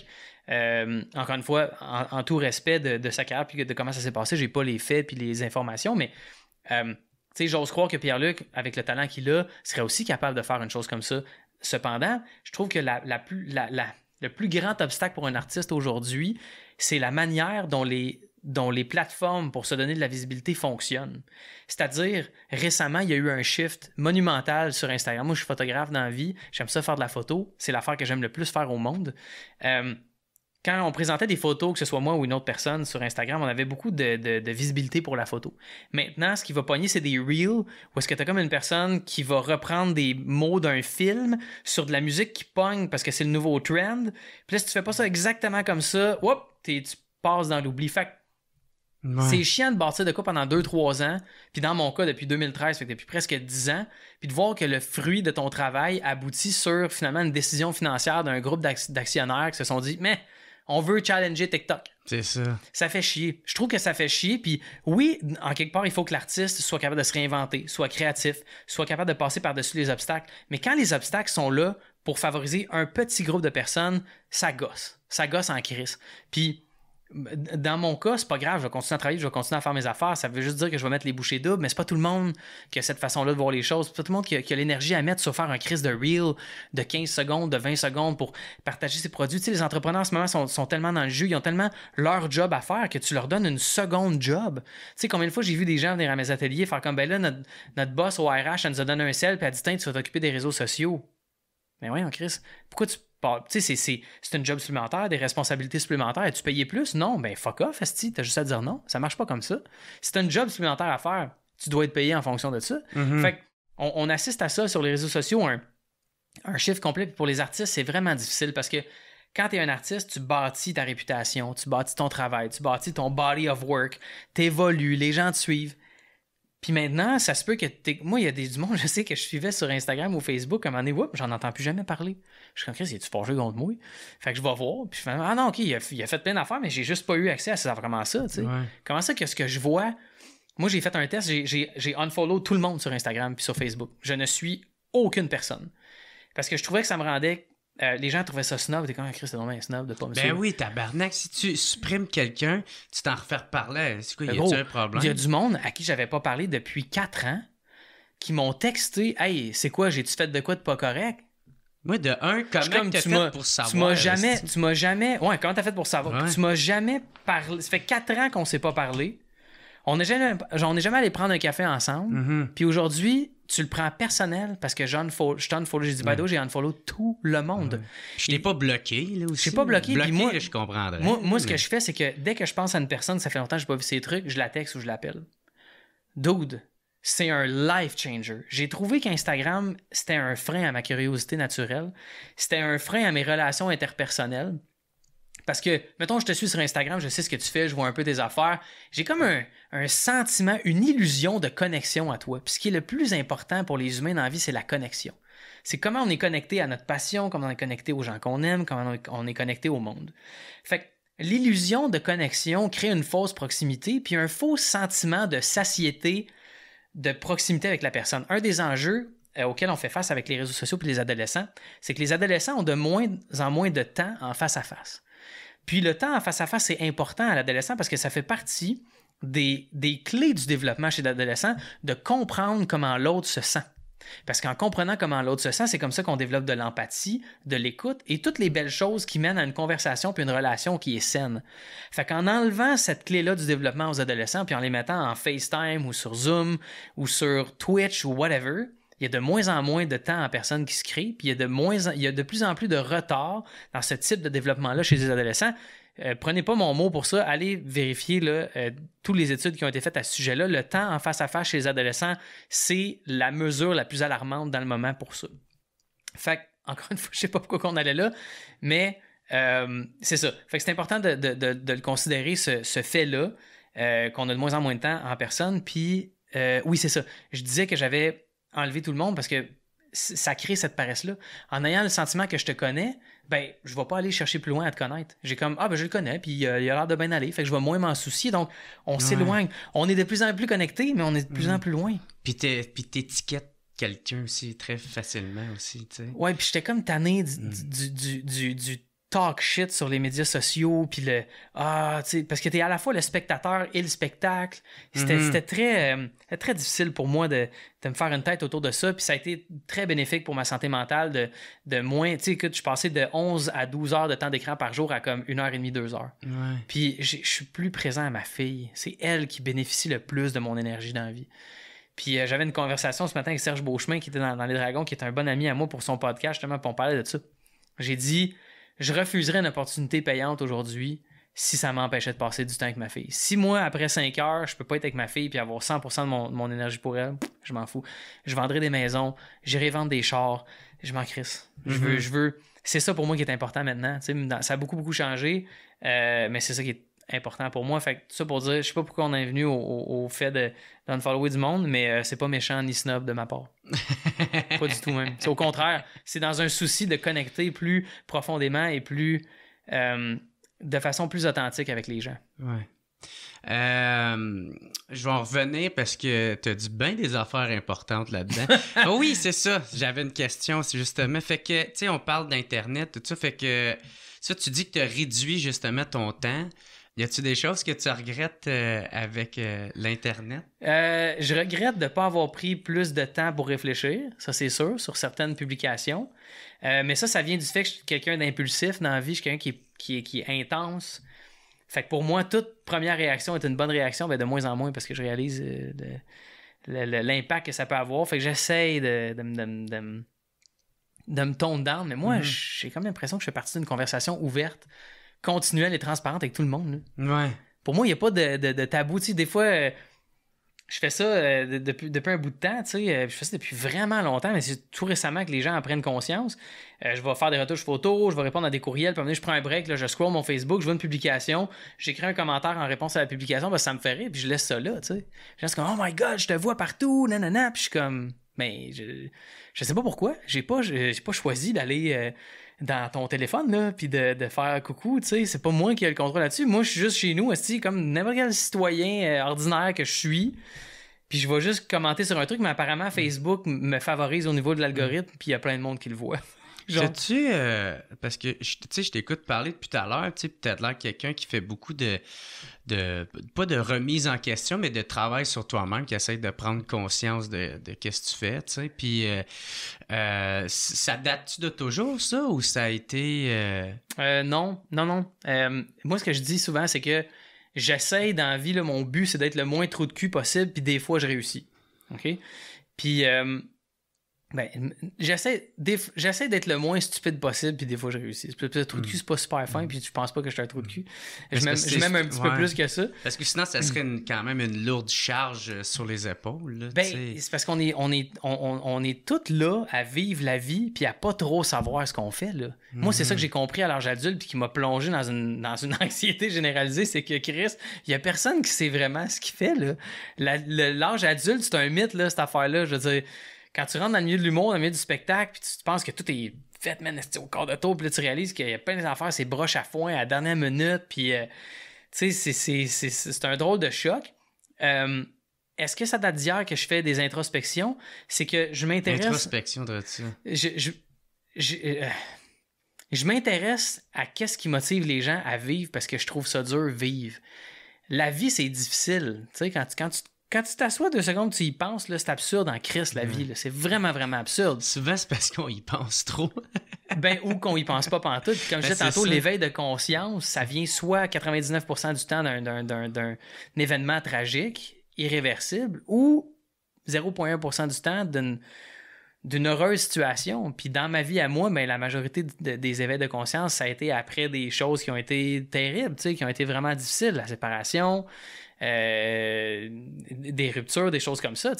Fait que je sais pas, j'ai une passion réelle pour comment la vie fonctionne. Puis je suis le premier à me pointer du doigt. Je connais mes défauts par cœur. J'ai déjà quelqu'un qui m'a dit « Ouais, mais toi, on sait bien, si tu t'aimes tellement. » Puis j'ai dit « Te dire la vérité, c'est exactement l'inverse. Ouais. » Tu sais, ça a été ça longtemps, man. T'as appris à t'aimer. J'ai appris à dealer avec la personne que j'étais. À faire comme, ben oui, man. Il y a des choses, ça va prendre plus de temps, mais il y a d'autres choses que tu as aussi de ton bord. C'est mon ami Fred Saint-Gelais qui m'a fait réaliser qu'en anglais, le mot qualities, il n'y avait pas son équivalent péjoratif. Qualities, c'était une bonne qualité ou une mauvaise qualité, mais ça reste une qualité. Par exemple, le fait d'être impulsif. Le fait d'être impulsif, ça peut faire en sorte que dans une conversation, je pogne les nerfs, je crisse mon camp. C'est pas bon pour la conversation. Le fait d'être impulsif, ça peut être aussi, oh, il y a une nouvelle situation qui arrive, je suis déjà sur le gun, je trouve une solution pour arranger ça, puis let's go, ma spontanéité m'a servi. Fait que ma passion, c'est devenu comment je vire chacun de ces traits-là de caractère en qualité positive. Puis ça va prendre une vie, là. J'étais encore à des lieux de ce que j'aimerais être, mais c'est ce travail-là que je veux faire. Je te parlais de ma fille tantôt, je le fais pour elle. Je veux qu'elle voie son père faire des erreurs, se rattraper, mais je veux qu'elle voie son père essayer d'éviter de faire des erreurs, tu sais, aussi. Fait que non, ça date pas d'hier. J'ai commencé à consulter et j'avais 25 ans à peu près. Puis j'ai arrêté pendant 1 année ou 2 environ, mais je consulte régulièrement. Pour moi, c'est comme le gym, c'est comme l'exercice, c'est important de travailler ce muscle-là, parce que dans la vie, j'ai l'impression que quand tu n'avances pas, tu recules. There's no such thing as rester sur place. Ça va un peu avec un principe du bouddhisme, qui est la roue du dharma. Fait que dans le fond, la vie tourne, puis toi, tu es en haut. Puis il faut que tu sois tout le temps en mouvement, sinon tu tombes. Ouais. Fait que c'est un peu la même affaire. Puis est-ce que je réussis? De mieux en mieux, je dirais. Mais c'est un gros travail, je pense. Puis je me suis longtemps shamé moi-même d'avoir ce travail-là à faire. Puis je réalise avec des conversations avec des gens, des conversations ouvertes et transparentes, que tout le monde est pas mal là-dedans. Là. C'est juste à quel degré tu es capable de t'y adresser. T'sais. C'est ça. Puis est-ce que ces angoisses-là, c'est venu avec l'événement, genre de quand tu as eu ton Olivier pour la première fois? Je sais que tu as parlé de ça dans une vidéo que j'avais trouvée super inspirante. Tu sais, c'est que... Mais dans le fond, c'est ça, tu travaillais beaucoup pour ça. Tu voulais devenir une vedette. Là, tu voulais être célèbre, puis être aimé de tout le monde, tout ça. Mais quand tu as eu ton premier Olivier, tu as comme paniqué. Est-ce que tu veux-tu l'expliquer, ça? Oui. Tu vois, moi, au primaire, au secondaire, mon mécanisme de défense numéro 1, ça a été l'humour. Ça a été de faire des blagues. Parce que je sentais que quand je faisais une blague, j'avais de l'attention. Puis je pensais qu'en ayant de l'attention, j'avais une connexion avec les personnes qui me trouvaient drôle. Donc, au fur et à mesure que j'ai évolué au secondaire, puis à l'école, tout ça, je suis devenu de plus en plus drôle, je faisais des niaiseries. Puis c'est ça qui m'a aidé à survivre, à pas me faire... je me suis fait bully, tu sais, comme je pense tout le monde, et j'ai bully aussi, comme tout le monde aussi, presque. Mais l'humour, c'est ça qui m'a sauvé un petit peu. Fait que... Autant, j'avais envie de gagner cet Olivier-là pour le mettre dans la face des profs qui n'avaient pas été nice avec moi, puis des gens qui n'avaient pas été nice avec moi, puis j'étais comme, mais tabarnak, je vais vous le prouver. Puis en étant une vedette, en étant populaire, vous allez comprendre que vous aviez tort de me traiter de même. Tu sais, je me trouvais très, très spécial. Puis, le fait de se trouver spécial est un excellent vecteur d'angoisse et d'anxiété. Plus on te fait sentir spécial dans la vie, plus c'est angoissant. Parce que tu réalises, au final, il y a comme quelque chose dans toi, là, d'intrinsèque, là, qui fait partie de nous tous, où on le sait qu'on n'est pas spécial, puis qu'on appartient au monde entier, puis que c'est important de faire des gestes en fonction du monde entier. Ça sonne bien quétaine, mais moi, ça m'a aidé en esti à passer à travers mon anxiété quand j'ai réalisé que je n'étais pas du tout spécial, puis qu'il y a plein de monde qui faisait face aux mêmes enjeux que moi, puis que on ne me devait pas un traitement différent des autres parce que j'avais X ou Y talent. Fait que, je suis monté sur le stage, j'ai texté ma mère avant qu'on nomme le contrat de gars, j'ai dit je viens de gagner, envoyé le message, elle a dit ils vont même pas nommer, j'ai dit non mais check bien ça, puis ils m'ont nommé, ils ont nommé contrat de gars, pas moi, ils ont nommé contrat de gars puis on a gagné. J'étais tellement sûr de ma shot, donc je te dis, je ne sais pas qu'est-ce qui serait arrivé si j'avais pas gagné. Je pense que ça aurait été pire, mais le fait que j'ai gagné, je suis monté sur le stage, j'ai pris le levier dans mes mains, j'étais comme, oh my God, ça guérit rien, ça. Puis, c'est symbolique, hein. Je dis pas qu'il faut passer par la victoire d'un Olivier pour en arriver là. Tu sais, ça peut être une promotion. C'est toute chose qu'on pense qui va nous élever dans notre sentiment de vivre qui, au final, est de la poudre aux yeux. Ah, je vais avoir cette promotion-là. Ah, je vais avoir une augmentation. Ah, je vais gagner 5 millions de dollars. C'est un but que je vais avoir tu sais, toute motivation extrinsèque mène sans aucun doute à une déception. Parce qu'on est dans un état de faux espoir. Ah, si j'ai la promotion, je vais me sentir mieux. Ah, si j'ai ce char-là, les gens vont comprendre que j'ai du succès. Puis je suis passé par toutes ces affaires-là. Là. Puis des fois, je me regarde, je suis comme, oh my God, dude, t'étais lourd. Il y avait un gars, l'autre fois, qui passait avec un camion BMW puis qui faisait vraiment beaucoup de bruit avec son moteur. Puis je me souviens, quand j'avais eu ma première voiture sport, je faisais ça des fois, tu sais. Je la windais, je genre... Puis j'ai regardé le gars, j'étais comme, tabarnak. Puis là, j'étais avec Marie en plus. Puis j'ai dit à Marie, tu te rends compte que j'ai déjà été ce gars-là, tu sais. Qui était comme, ouais, je sais, mais c'était impossible de te le dire, tu sais. Puis j'étais comme, merci d'avoir toléré tout ça. Fait que, tout ça pour dire que... Puis je vieillis aussi, man. J'ai plus envie de faire ça. Moi, j'ai juste envie, comme je te dis, man, d'aller chercher ma fille à l'école, puis de faire des crayons de cire, puis du light bright, puis de faire ses devoirs avec. Puis c'est ça, je trouve ça nice, man. Je me sens vivre quand je fais des affaires dans ma... Fait que bref, toute chose qui vient d'une motivation extrinsèque mène obligatoirement à une déception. Parce qu'on a un esprit qui est infini. Ça veut dire que quand tu vas avancer au fil de ta vie, tu vas évoluer, tu vas changer d'idée, de perspective, de point de vue. Il y a des expériences qui vont te faire réaliser certaines choses. Fait que comment penses-tu rassasier un esprit infini par un objet qui est fini? Un char, une promotion, un trophée, whatever. Fait que ça a été une réalisation qui a pris beaucoup de temps à pouvoir mettre les mots dessus, mais ça a été une des meilleures choses qui n'aurait pas pu m'arriver de ma vie. Mais moi, j'ai fait une crise de panique live on stage. Puis j'étais tellement habitué de ne pas exprimer comment je me sentais pour ne pas rendre les gens mal à l'aise, que j'ai tout vécu ça par en dedans. Mais quand je suis arrivé chez nous, je pense que toute la semaine qui a suivi, j'ai dormi comme 14 heures par jour. Ouais, c'est ça, t'es resté en boule chez vous. Ouais, je voulais pas sortir. Puis je regardais. Puis même, j'ai même pas le trophée chez moi. J'ai jamais eu le trophée chez moi. Parce que c'était trop symbolique. Ah ouais. Vraiment. Fait que c'est ça, ça a été... C'est quoi, quand tu le voyais, ça te faisait paniquer? Ou... Ouais, c'était comme un trigger. C'était genre... j'ai pensé que ça pouvait guérir, je suis pas guéri. Ça me disait comme, t'es pas guéri. Ouais. Il y a du chemin à faire, t'as du travail à faire. J'étais genre, fait que là, j'allais boire ou jouer à des jeux vidéo. OK. Fin ou là. T'as-tu tombé dans l'alcool pas mal? Ou... Pas tant, non, parce que j'ai une bonne tolérance à l'alcool, puis au contraire, moi, l'alcool, ça me rendait heureux.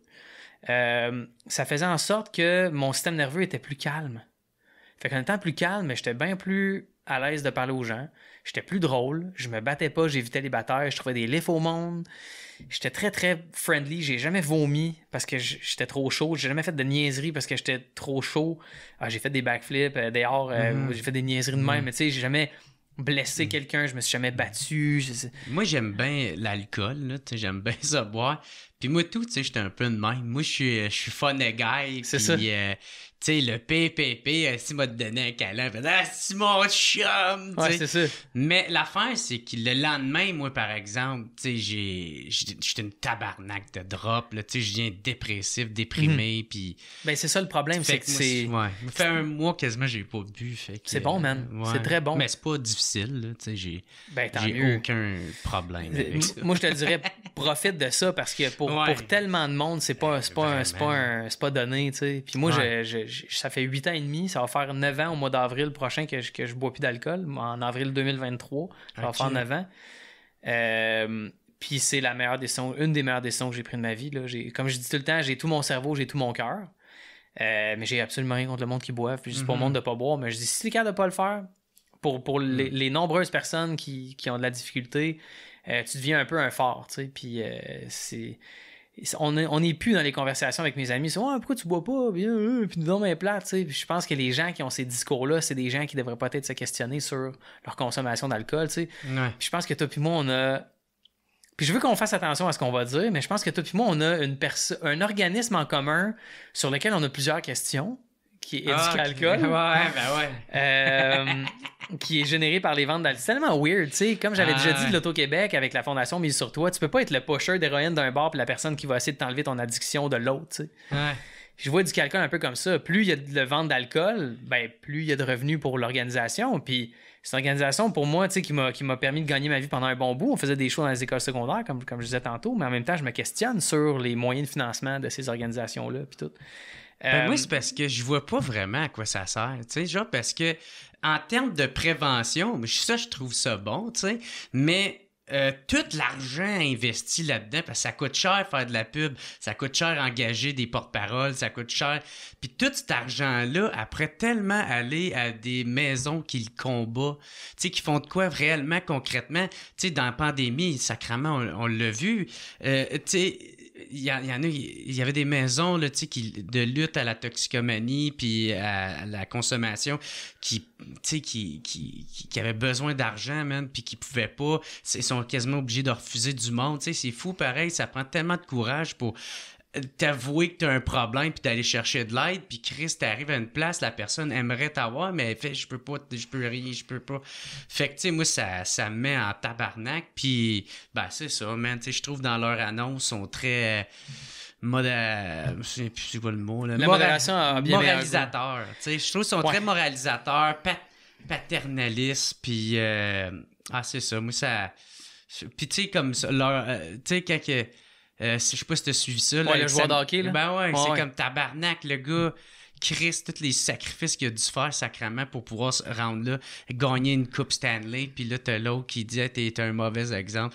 Ma femme d'autre, elle calisse de gueule, man. Parce qu'en plus, ils font des estis d'affaires quétaines, là. C'est quétaine en mort. C'est supposé aller chercher, genre, moi, le gars qui boit trop, là. Puis je regarde ça, puis je fais, c'est quoi ton esti d'affaires avec tes dindons qui courent, puis qui est comme, faut pas trop boire. C'est quoi ça, tabarnak? Ou l'esti de renard? Je sais pas, je les ai pas vus, moi, ces affaires-là. C'est ça, c'est drôle que dans le même souffle, tu dises j'ai pas vraiment de problème avec l'alcool, mais je suis le gars qui boit trop, ça c'est fantastique. Non, mais c'est supposé de rejoindre moi, le gars qui. Qui te reçoit, ils sont zéro. Je comprends qu'il y a comme, on dirait peut-être une mauvaise connexion avec la bonne audience, peut-être qu'il y a ça. Ouais. Il y a beaucoup, effectivement, d'argent investi, mais d'un autre côté, je me fais l'avocat du diable, c'est que ça prend de l'argent pour faire de l'argent. Et au Québec, on a une drôle de façon de voir tout ce qui est philanthropique.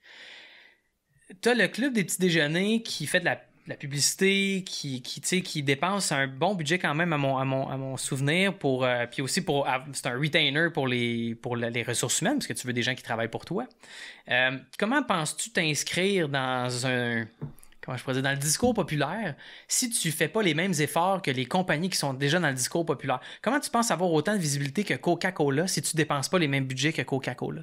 Puis pourtant, toi, le fait de dépenser ces budgets-là, ça rapporte beaucoup plus à la société que ce budget-là dépensé par Coca-Cola. On s'entend, je te donne un exemple bien niaiseux, je diabolise rien là-dedans, là. Mais je veux dire que si tu réalises, tu sais, comme je te disais, des fois c'est une question de gestion, mais si tu réalises que c'est pas une question de gestion puis que c'est une question de manque, ben mets-en de l'argent. Tu sais, sur Internet, des fois, tu fais une pub, mettons, tu vends des t-shirts, OK? Tu vends des t-shirts, tu fais une pub, ça te coûte 150$ vendre des t-shirts, puis quand tu investis 150$, tu as un retour de 300$.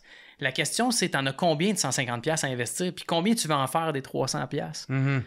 Fait que c'est un peu ça l'affaire. Fait qu'au niveau de dépenser de l'argent, je comprends pourquoi l'argent est dépensé, parce que on veut s'inscrire dans le discours populaire, on veut s'inscrire dans l'imaginaire des gens, puis on veut avoir la même place que les annonces de Maxi dans la mémoire des gens, parce que les gens vont penser la modération a bien meilleur goût. Les intentions sont bonnes, le message est bon. Je pense juste que il y a une mauvaise connexion avec l'audience. Il y a ça, clairement, puis après ça, il faudrait que je regarde les chiffres pour savoir si ça a de l'allure, comment c'est dépensé. Je serais pas surpris de voir des salaires très élevés aux cadres puis aux membres de la direction, mais encore là, j'ai pas les informations, je peux pas rien dire, mais c'est-tu un manque d'argent ou une mauvaise gestion qui mène là? Puis tu parlais aussi des maisons, c'est qu'il faut voir dans le processus d'une personne alcoolique, il y a la prévention, il y a ce qu'il y a dans le milieu, dans le fond, il y a la période alcoolique, puis il y a la guérison. Évidemment qu'on veut mettre bien plus d'argent dans la prévention parce qu'on veut pas que ça arrive. La meilleure manière d'empêcher l'alcoolisme, c'est de le prévenir. Avec des pubs de dindons. Avec des pubs de dindons. C'est probablement pas parce que ça te rejoint pas puis tu dis que t'es la clientèle cible, fait que c'est sûrement pas ça qu'il faut faire. Mais qui ça rejoint? J'en ai aucune calisse d'idée. Tu me le racontes puis j'ai de la misère à me faire une tête, mais Ce que je veux dire, c'est que... Non, mais c'est bien correct, parce que t'as raison, c'est ça l'affaire. En faisant des pubs avec des dindons, je l'ai pas vu, je suis bien curieux. Tu me montrer. Mais c'est juste ça, c'est juste... tu veux mettre plus d'argent en prévention, on dit souvent mieux vaut prévenir que guérir. Le système de santé, c'est la même affaire. Le système d'éducation, c'est la même affaire. Idéalement, t'as pas d'agresseur. Idéalement, tu racontes aux petits gars qu'est-ce qu'il faut pas faire aux petites filles. Je sais que je le présente d'une façon très vulgarisée, mais c'est ça pareil. Faut s'adresser à la prévention, fait que ça coûte cher, man, faire de la prévention. Je le sais, c'est ça que je fais avec la fondation, puis Christ que ça coûte cher, puis c'est long, c'est difficile, parce que malheureusement, on n'est pas une entreprise et on ne peut pas mesurer à court terme l'impact qu'on a directement sur la société, fait que c'est bien moins alléchant pour une personne qui veut investir, parce qu'elle n'a pas un retour immédiat. Mais aller faire, tu sais, des cours, pas des cours, mais tu sais, des conférences, on va dire, dans les écoles, ou tu sais, même des cours sur la consommation, puis tout ça, moi, je trouve ça super bon. C'est très nice. C'est très nice, tu sais, mais tu sais, il y a plein de pubs, tu sais, puis il y a plein d'artistes qui se font payer des gros crises de chèques, puis je fais comme, tu sais, il y en avait un, je sais, c'est 10 000 $, qu'il a reçu, puis je suis comme, ben, t'imagines-tu le nombre de personnes qui auraient pu être guéries, esti? Considérant que, disons, je parle de la maison Jean Lapointe, tu sais, qui... Le traitement environ, là, je pense, en tout cas, puis peut-être que Anne-Elisabeth me corrigera, la fille de M. Lapointe, Jean Lapointe, qui est je le considère comme un ami, c'est un homme que j'admire énormément, j'aime beaucoup la famille Lapointe. Je pense que le traitement est autour de 4 000 $ environ, fait que tu sais, 10 000, c'est 2 traitements et demi, c'est pas tant que ça, man. Ouais, mais pas à la maison que moi je te parle, parce que celle-là que je te parle, tu sais, le monde, ils peuvent s'inscrire. Je dis pas que ça fait pas de différence. Non, je sais, c'est pas ça que tu veux dire. 100% d'accord avec ce que tu dis. C'est qu'un dollar investi... parlons, mettons, du cercle là, qu'ils ont fait à Montréal, tu sais, qu'il y a 40% d'argent public là-dedans, puis qui n'a pas été fait avec une appel d'offres, puis qui a été octroyé à une personne qui a déjà reçu aussi beaucoup d'argent du public pour faire d'autres œuvres ailleurs. Moi, ça me faisait rire parce que je m'opposais à ça. Les gens disaient, il faut financer l'art. Mais si tu veux financer l'art, finance du monde, Chris, qui ont de la misère à payer leur loyer, et pas un gars qui a reçu plusieurs centaines de milliers de dollars pour faire des œuvres puis qui a visiblement absolument aucun problème pour payer son loyer. Et c'est en tout respect de monsieur et de sa boîte qui a fait le design. C'est une chose magnifique. Le cercle, c'est malade. Tu vas voir ça, tu fais comme Chris. C'est vraiment beau, c'est le fun. Puis si c'est pour attirer des touristes à Montréal, tant mieux. Ah, tu parles de style d'Onion Ring. L'affaire à 5 millions. Tu sais, en tout cas, il y a plein d'affaires là-dedans avec lesquelles je suis pas d'accord et plein d'affaires là-dedans avec lesquelles je suis d'accord. Mais tu prends ça puis tu te dis...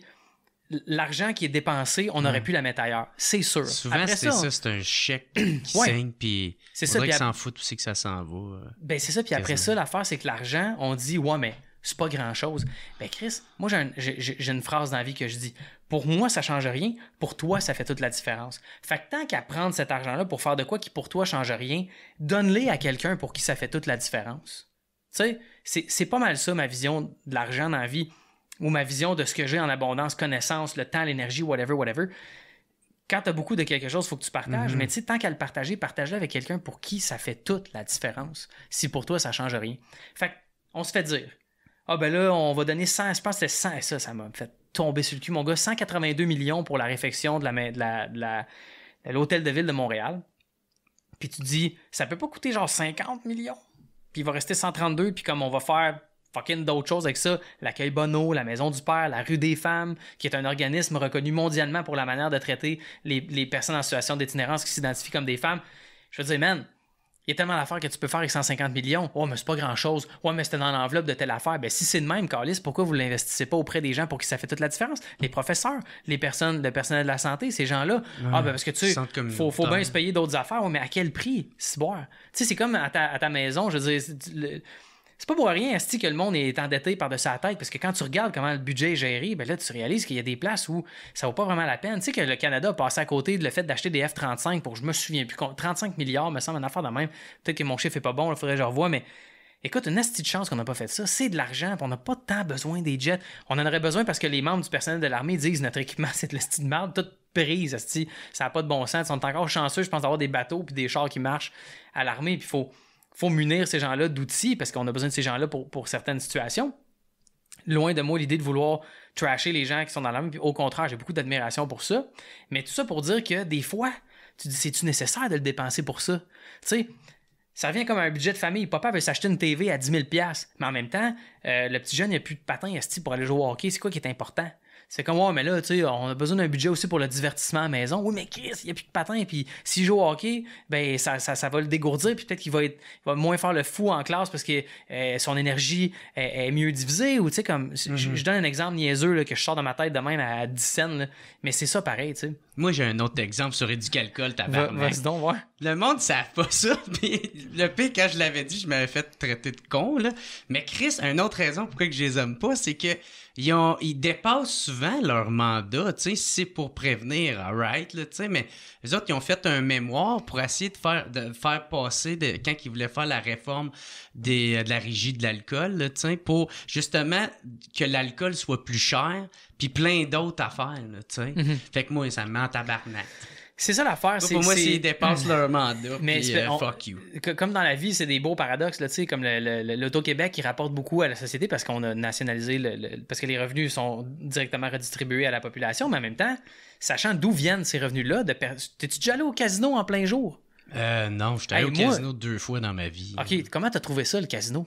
Nice, il y avait du jus gratis. Ouais, mais va au casino un mardi matin. C'est peut-être plus comme ça fait des années que j'ai pas mis le pied là. As fuck, mon fait que toi, t'étais content qu'il y ait du jus gratuit. Moi, j'avais 20$, j'ai fait 22$ avec du jus gratis toute la soirée. Ben, c'est ça, mais c'est tellement niaiseux, man. Parce que moi, quand je vois des annonces, ce style de filles avec des robes à plumes puis des étoiles, puis du monde qui capote, je suis genre, va à 3h du matin un mercredi voir c'est qui est au slot machines, puis prends des photos, puis montre-moi-les. Tu sais, moi, je suis photographe dans la vie, je sais comment construire une image pour te vendre n'importe quel style d'affaires, je suis capable de le faire. Mais comme, j'aime mieux la réalité, j'aime mieux le photojournalisme, j'aime mieux le World Press Photo, j'aime mieux ce qui est vrai, tu sais. Puis pourtant, Chris, j'ai bâti 3 fois par jour avec Marie-Lou de photos. Of course, qu'on n'allait pas mettre un lunch dans un plat Tupperware, dans une boîte à lunch sur un comptoir de cafétéria, tu sais, ça donne pas le goût au monde de cuisiner. Fait qu'on s'est organisé pour que le monde cuisine, puis ça a fonctionné. C'était-tu over the top? Absolument. Mais comme ça a fonctionné pareil, puis je pense pas que c'était malsain. On revient au casino de Montréal. Ouais. Montre-moi ce qui se passe au casino. Tu sais, tous les cas de suicide qui ont essayé d'enterrer, toutes ces affaires-là, c'est pas cute, mais en même temps, ça rapporte vraiment beaucoup. Fait que là, tu te dis, bon, ben, est-ce qu'on devrait comme jeter le bébé avec l'eau du bain parce qu'il y a du monde pour qui ça a été une fatalité? Moi, ma mère a eu un problème de jeu épouvantable dans sa vie et des dettes de plusieurs centaines de milliers de dollars qu'elle a eu. Ça a scrappé une partie de ma vie. Ça a été terrible pour notre famille, cet événement-là. Puis le support de l'Auto-Québec qui donnait à ce moment-là, la Fondation Mise sur Toi, c'était un arrêt progressif du jeu. Puis j'étais comme, c'était une drôle d'idée quand même. Peut-être ça a été prouvé, peut-être ça fonctionne, mais c'était quand même une weird idée. C'est quoi l'idée? L'idée, c'est la réduction des méfaits. Ce qui fonctionne très bien, soit dit en passant, pour certaines personnes, mais pour certaines autres personnes, c'est pas possible. C'est comme si t'es alcoolique, puis pour réduire les méfaits, ben, tu vas boire encore, mais vraiment moins, puis ça va être contrôlé. C'est selon moi impossible à faire. Ah ouais, ou très, très difficile. Même. Ouais, c'est ça. Ben, comme les. Ben, c'est ça, tu vois, regarde. Tu sais, il y a d'autres choses. Non, mais j'ai arrêté carrément longtemps. Ouais, mais il y a d'autres choses à l'addiction que ça, tu sais. Le contraire de la dépendance, c'est pas la sobriété. Le contraire de la dépendance, c'est la connexion. Si tu as une bonne connexion à quelque chose, tu es moins enclin à développer une dépendance. Puis au contraire de ce qu'on pense, la dépendance, c'est pas tout à fait génétique. Il y a très peu la génétique dans les facteurs de risque. Les facteurs de risque les plus élevés, c'est le trauma d'enfance, tout simplement. D'avoir été dans une famille, pas juste d'avoir été battu ou très maltraité, là, juste un peu de négligence, puis ça y est, pour certaines personnes, ça peut faire toute la différence dans le parcours de vie. Fait que, pourquoi je disais ça? Déjà, c'est ça, c'est que la SAQ, l'Auto-Québec, c'est des organismes qui rapportent beaucoup d'argent dans les coffres pour payer des choses. Puis moi, d'un autre côté, je me dis, à quel prix? Mais je me dis, ça en rapporte vraiment beaucoup. Mais tu sais, le faux débat qu'on parlait au début, c'est exactement ça. Qu'est-ce que tu fais? Faut qu'on tranche à un moment donné, mais man, la conversation qu'il faut qu'on ait, elle est longue, ça va prendre du temps. Puis il faut évaluer, faut tout évaluer. Il faut que tout le monde mette son ego de côté puis mette ses affaires sur la table, comme un cadeau. Voici mes connaissances. Moi, j'ai géré l'Auto-Québec pendant tellement d'années. Moi, j'ai géré des centres pour les gens qui étaient addicts au gambling pendant tellement d'années. Voici la réalité sur le terrain. C'est ça qu'on n'a pas. Puis c'est ça qu'on peut surtout certainement pas avoir sur Facebook, esti, là. Mais c'est pas ça qu'on a comme conversation. Puis c'est ça que j'aimerais qu'on ait. On va revenir avec ta carrière parce que là... Hey, je te vole-tu trop de temps, toi, là? 4 heures. Non, c'est ça. Ben, toi, t'es-tu correct? En temps? Là, je commence à être short. Ah, ouais? Fait que genre... Non, mais vas-y avec ta question. OK. Parce que je pense que je t'ai posé 2 questions. Ouais, je m'excuse, je parle vraiment beaucoup. J'aime ça. Mais non, c'est correct. Mais j'aime ça écouter aussi, by the way. Juste que c'est rare, j'ai la chance. En étant photographe, c'est rare maintenant que j'ai la chance de parler. En fait, qu'on me pose des questions. Puis le format podcast, je trouve ça le fun parce qu'on peut dériver sur des sujets. Puis après, ce qui est le fun, c'est qu'il y a des gens qui m'écrivent. Puis ça fait naître d'autres conversations. Autant des gens qui sont d'accord que pas d'accord. Tout le monde est bienvenu. Venez super à la maison. Je suis vraiment de même. Une des questions, pourquoi t'as quitté le milieu de l'humour? T'as comme vraiment, on dirait, du jour au lendemain. Ouais. T'es parti de là, t'en as eu ton casse. J'ai réalisé que ça faisait pas mon affaire d'être au bas de la chaîne alimentaire pour la rétribution des avoirs. Ça me faisait chier de pas avoir de cash pour faire des projets, en gros. Puis, je ne me voyais pas faire du stand-up. Puis, à l'époque où j'étais dans l'humour, c'était pas mal ça qui marchait. Contrat de gars, ça m'a découragé beaucoup. Ça m'a démoralisé comment ça s'est terminé. Un jour, peut-être qu'on aura l'occasion d'en parler plus ouvertement avec les personnes concernées, mais ça m'a vraiment donné un solide coup. Ça m'a fait chier. Ça te fait-tu encore mal aujourd'hui? Non. Pas vraiment. Pas vraiment. Je pense que ça a vécu sa belle vie.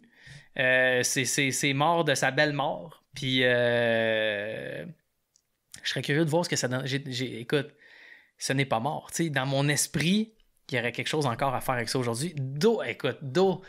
D'autant plus aujourd'hui. Surtout aujourd'hui, il y aurait quelque chose à faire avec ça, avec toute la masculinité toxique.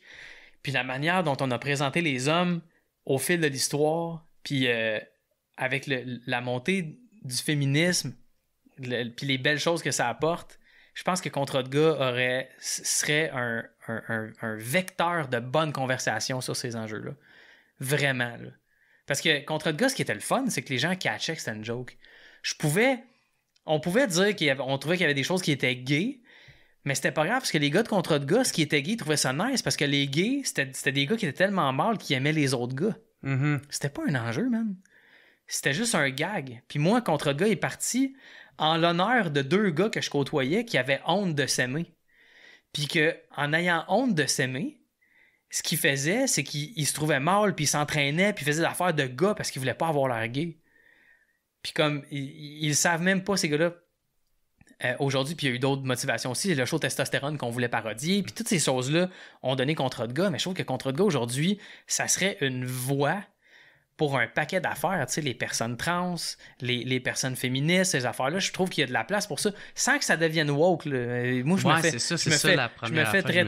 fais traiter de woke des fois, puis je suis comme, si seulement on avait une conversation, mon gars, tu verrais que je suis complètement à l'inverse de ça, là, tu sais. Sauf que moi, je pense que dans la vie, les personnes vulnérables, on devrait les traiter, on devrait faire un petit peu plus pour les traiter comme du monde. Tu sais, on devrait faire un effort supplémentaire pour faire en sorte que ces gens-là se sentent aimés. Sais-tu que quand un bébé éléphant vient au monde, les autres mamans éléphants autour vont le taponner avec leur trompe pour le faire sentir accepté, reçu et validé au sein du troupeau. Savais-tu ça? Non.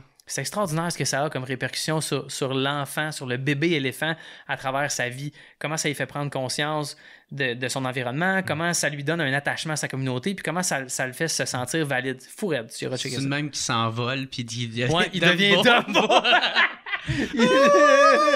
C'est parce qu'il y en a eu juste un dans l'histoire, puis c'était celui-là. Fait que ce que je veux dire, c'est qu'il faut qu'un bébé vienne au monde, toutes les mamans puis les papas viennent le tapoter comme ça. Tout le monde à l'hôpital. Il va pouvoir prendre son envol. Puis là, le bébé va s'envoler. Fait que c'est ça. Encore une fois, je me perds dans mes affaires, mais... C'est ça, tu penses que ça sera encore meilleur aujourd'hui, mais en même temps... Ah ouais, man. Parce que j'ai vécu des affaires. Puis j'ai une façon de voir... Le militantisme sur Internet, j'ai une façon de voir la gauche, une façon de voir la droite qui a changé, qui donnerait un aspect tellement plus choquant à Contrat de gars. Je te dis, man, je serais 50 fois plus choquant. Ce serait très offensant. Mais je vargerais sur tout. Ouais. La gauche, la droite, le monde dans le milieu, je m'en calisse. C'est juste, on a une conversation. Moi, des grandes amitiés que j'ai, c'est parti avec du monde avec qui je me pognais. Ah ouais? Puis c'est encore du monde avec qui je me pogne aujourd'hui. Mais comme, je veux ça. Moi, quand je vais m'entraîner, là, je ne demande pas à quelqu'un de m'aider à soulever les poids. Je le fais tout seul, puis j'augmente mes charges parce que j'ai envie de faire cette gymnastique-là. Parce qu'après ça, la pression dans mon corps diminue, puis mon attention est meilleure en continu et ce genre d'affaires-là. Fait que ce que j'ai besoin, c'est de la résistance. Puis c'est la même chose pour mes idées, mes opinions, ma vision de la vie. J'ai besoin de résistance. Fait que je tirerais sur tout, man. Ouais. Tout. Mais tu penses-tu que, tu sais, le monde sont tellement polarisants aujourd'hui, tu sais, ils sont polarisés, je veux dire. Puis, fait que, tu sais, ça...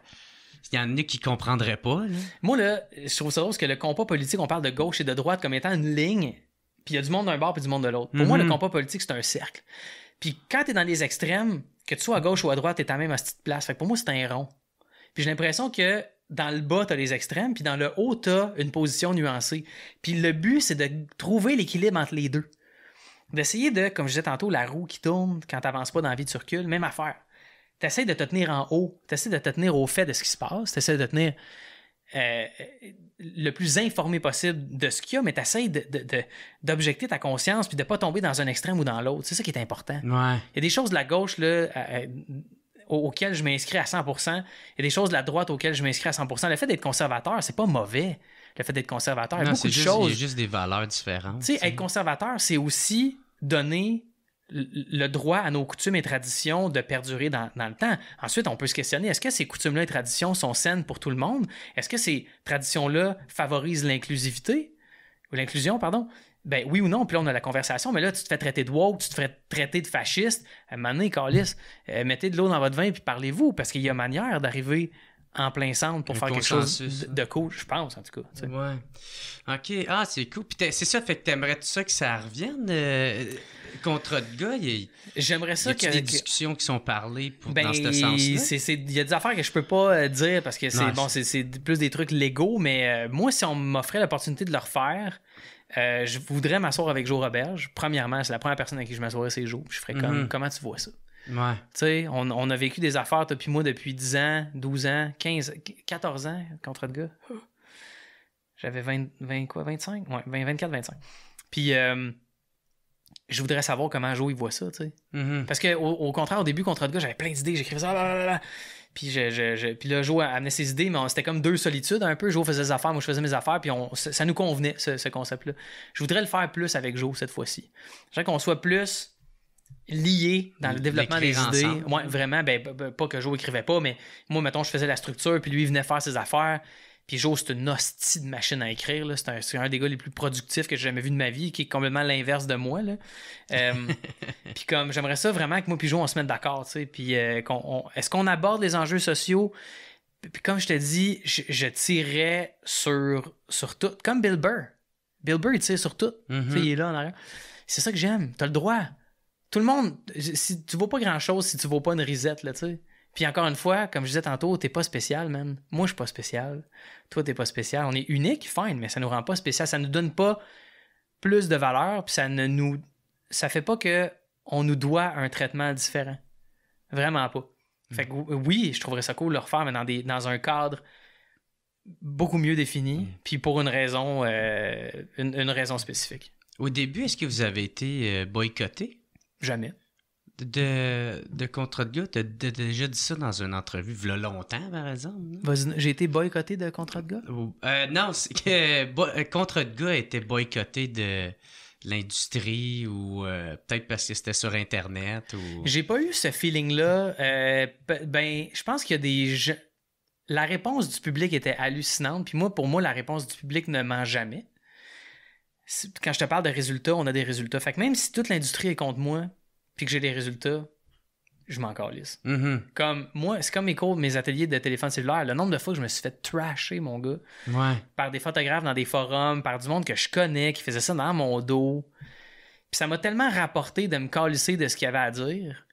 Parce que aussi, je me concentrais sur les résultats. Je donnais aux gens, il y a 8000 personnes qui sont venues. Je te dis ça sans aucune prétention. Là. C'est un fait. C'est ça qui est arrivé. Ça ne m'attribue pas plus de valeur, ça ne me rend pas plus spécial. C'est ça qui est arrivé. Puis, c'est arrivé parce que je me suis entêté à le faire, mais peut-être qu'on a senti à un moment donné que parce que c'était du web, mais en même temps, tout le monde qui venait nous voir nous disait qu'il trouvait ça fantastique, que ce soit des gens du milieu ou des gens du public. J'ai jamais... Je pense que quand on a commencé à gagner des prix là, on faisait chier du monde. Ouais. Mais écoute... Ça a été le cas avec le cas Roberge? Vous étiez en nomination avec contre eux autres? J'avais toujours pensé qu'il y avait de l'animosité entre Benoît puis nous autres. Puis j'ai jamais eu la chance de m'asseoir avec ce gars-là puis de jaser avec lui, mais j'aurais vraiment aimé ça. Parce que pour moi, comme je te dis, je suis pas compétitif dans la vie, pas du tout. Quand je sens qu'il y a de la compétition qui s'installe, je deviens spectateur, j'abandonne, puis je suis comme j'ai du fun à regarder ce qui se passe. Fait que pour moi, le fait qu'on ait le Coroberge, Contrat de gars, il y avait d'autres séries à l'époque aussi, en audition avec Simon, le fait que le paysage culturel québécois soit parsemé d'émissions de qualité, ça faisait en sorte que l'année d'après, on allait plus me faire confiance pour renouveler la saison. Et non, finalement, on va tout donner le cash à une personne. Ça marche pas de même. C'est une table. Puis si t'as quelque chose à amener qui est bon à manger sur la table, ben, tu vas être le bienvenu au festin, mon chum. Puis c'est chill, là. Moi, c'est comme ça que je vois ça. J'ai toujours vu ça de même. Pour moi, la collaboration, c'est bien plus fort. Oui, la compétition a quelque chose de... Ça peut être sain, parce que ça peut faire en sorte que dans le marché, on sert bien le consommateur parce que tout le monde élève ses standards de qualité. Mais en même temps, la collaboration, c'est 100 fois mieux que ça, là. Parce que tu peux faire la même affaire. Puis t'as même pas besoin de te stresser d'être mieux ou pas, tu sais. Ouais. Puis aussi, j'avais une autre affaire, si je voulais te parler. Ouais, puis je te laisse aller après, là. C'est que Nick Provo me dit qu'à un moment donné, vous êtes fait quasiment arrêter par la police. Ben oui, man. Hey, ça, c'était drôle. OK, on tournait Contrat de gars sur mon balcon. J'habitais dans Ville-Marie, sa rue Chapelot. Une rue en pente, comme ça. Puis nous autres, on était au 3e étage, 2611 rue Chapelot. Puis c'est drôle parce que... Hey, man, ça, c'est drôle en tabarnak. Chaque locataire qui loue cet appartement-là finit par m'écrire sur Facebook. Puis que ce soit une jeune fille, un monsieur, whatever. Parce que quand ils se commandent du Saint-Hubert, les livreurs qui vont livrer sont comme « Hey, Alexandre Champagne a déjà habité ici. » Ah ouais? Je commandais tellement de Saint-Hubert, d'autres qui me connaissaient par mon nom. Puis des fois, les livreurs, ils rentraient, puis je mangeais avec eux autres. Tu demanderas à mes colocs de l'époque, Seb puis Dave, là, ils te le diraient, là, je me commandais du Saint-Hubert. C'était juste complètement ridicule. J'ai fait vivre la compagnie à moi tout seul pendant 3 ans. Fait que ça pour dire que on est sur le balcon, puis la scène implique que je fais semblant de tirer du gun dans le plafond, je sors avec un shotgun, qui est un jouet, puis je m'en vais dans mon char, puis je m'en vais. Fait qu'il y a un voisin qui appelle la police, il y a un gars avec un gun, il est fâché, il vient d'embarquer dans son char. Puis toi, tu fais plein de bruit, t'es là. Moi, je fais plein de bruit, puis tout, on tourne. Ouais. Fait que, à un moment donné, on est tous assis sur le balcon, puis à un moment donné, je sens du monde monter les escaliers, je me réveille d'abord, hey, c'est la police avec la main sur le gun. Y a-tu des armes? Y a-tu quelqu'un qui a une arme? Puis là, je suis genre, on tabarnak. J'ai dit là, sur la table, il y a un faux shotgun, puis un faux pistolet, mais on est en tournage, on monte les caméras. Moi, mon gars, man, la patate, mon gars, voulait me sauter. J'étais comme, Chris, on vient d'avoir un appel qu'il y a un gars armé qui est parti en char fâché, puis tout. Puis j'étais genre, oh my god, ça a vraiment failli pas être nice. Cette journée-là, mais oui, effectivement, on a failli... ça aurait pas été drôle quand même. J'ai trouvé ça étrange de la part de la personne qui a appelé la police d'avoir fait un signalement du genre parce que c'était évident qu'on était en tournage, là. Il y avait comme 14 personnes, il y avait un gros crise de bout orange au bout des 2 guns. Puis j'étais comme, je pense, je sais pas, c'était bizarre. Mais oui, on a failli se faire tirer dans le cul. Il y en avait un qui avait reconnu Joe Roberge, je pense. Ouais, c'est ça. Ben, il nous avait reconnu les deux. OK. Puis ça nous avait bien servi, mais nous, il n'y avait pas matière à nous arrêter de toute façon. Là. C'est quoi ton plus beau souvenir de... Contrat de gars? Ouais. Les tournages en général. Juste le fait d'être avec mon vieux chum, puis c'était le challenge de qui faisait rire l'autre. Un de mes plus beaux, c'est Martin Perisolo qui était venu faire Poudy, qui faisait des positions de karaté. Je pense que ça nous a pris, no joke, 35 minutes faire 8 secondes vidéo. On n'arrêtait pas de rire. Simon Gouache qui est venu faire le diable. S'il y a une phrase de Contrat de gars que j'entends tout le temps, c'est « Pourquoi t'es rouge? » Ah, ok, ouais. Il était venu faire le... Tu sais, c'est tellement mal qu'ils reçoivent le démon. C'était drôle. Toute l'expérience au complet, tu sais, de production, de montage, de réalisation, d'écriture, ça a vraiment été cool. C'était drôle, man. Puis ce que je trouvais le fun, c'est que j'avais l'impression que les gens comprenaient que c'était une blague, tu sais. J'avais l'impression que les gens nous acceptait la connerie, puis il acceptait qu'on serrait la vis un peu à ce qu'on appelle aujourd'hui la masculinité toxique. Moi, j'ai fait ça parce que je trouvais ça... Tu me regardes la shape, tu vois, je suis pas un gars de muscles ou de whatever, tu sais. Je cours vite en cyborg, par exemple, mais je suis pas un gars de même, tu sais. Je suis pas viril et masculin comme on le décrit dans les livres d'histoire, là. Puis je trouvais ça fou que des gars, ça soit important pour eux de paraître masculin, tu sais. Puis je trouvais que des fois, on faisait ça à l'extrême, puis ça amenait des comportements qui étaient pas bons, qui étaient répétitifs, qui étaient encouragés chez les jeunes garçons. Puis il y avait toute une réflexion derrière de ça, là. Mais il y a du monde qui ont retenu, on passe des doigts puis on rappelle pas. Puis c'est bien correct. Puis pourquoi t'es rouge? Pourquoi t'es rouge, tu sais? Ou start-toi à mi-temps, faut que j'aille chier ça avec, ça c'était une des affaires. Tu sais, c'était vulgaire. Lisa Frula, elle a déjà dit, pourquoi qu'il dit... Je te frencherais même si t'avais de la marde dans la gueule. Tu sais, elle disait ça à Télé-Québec. Comment que ça s'appelle? C'est juste de la TV. Okay. J'étais tellement content d'avoir fait dire ça à Lisa Frula à la télé nationale. C'est comme un lifetime achievement. T'es-tu content de ça, tu sais? Parce que dans une entrevue, t'avais déjà dit que, tu sais, ton but, ça serait de réussir à faire...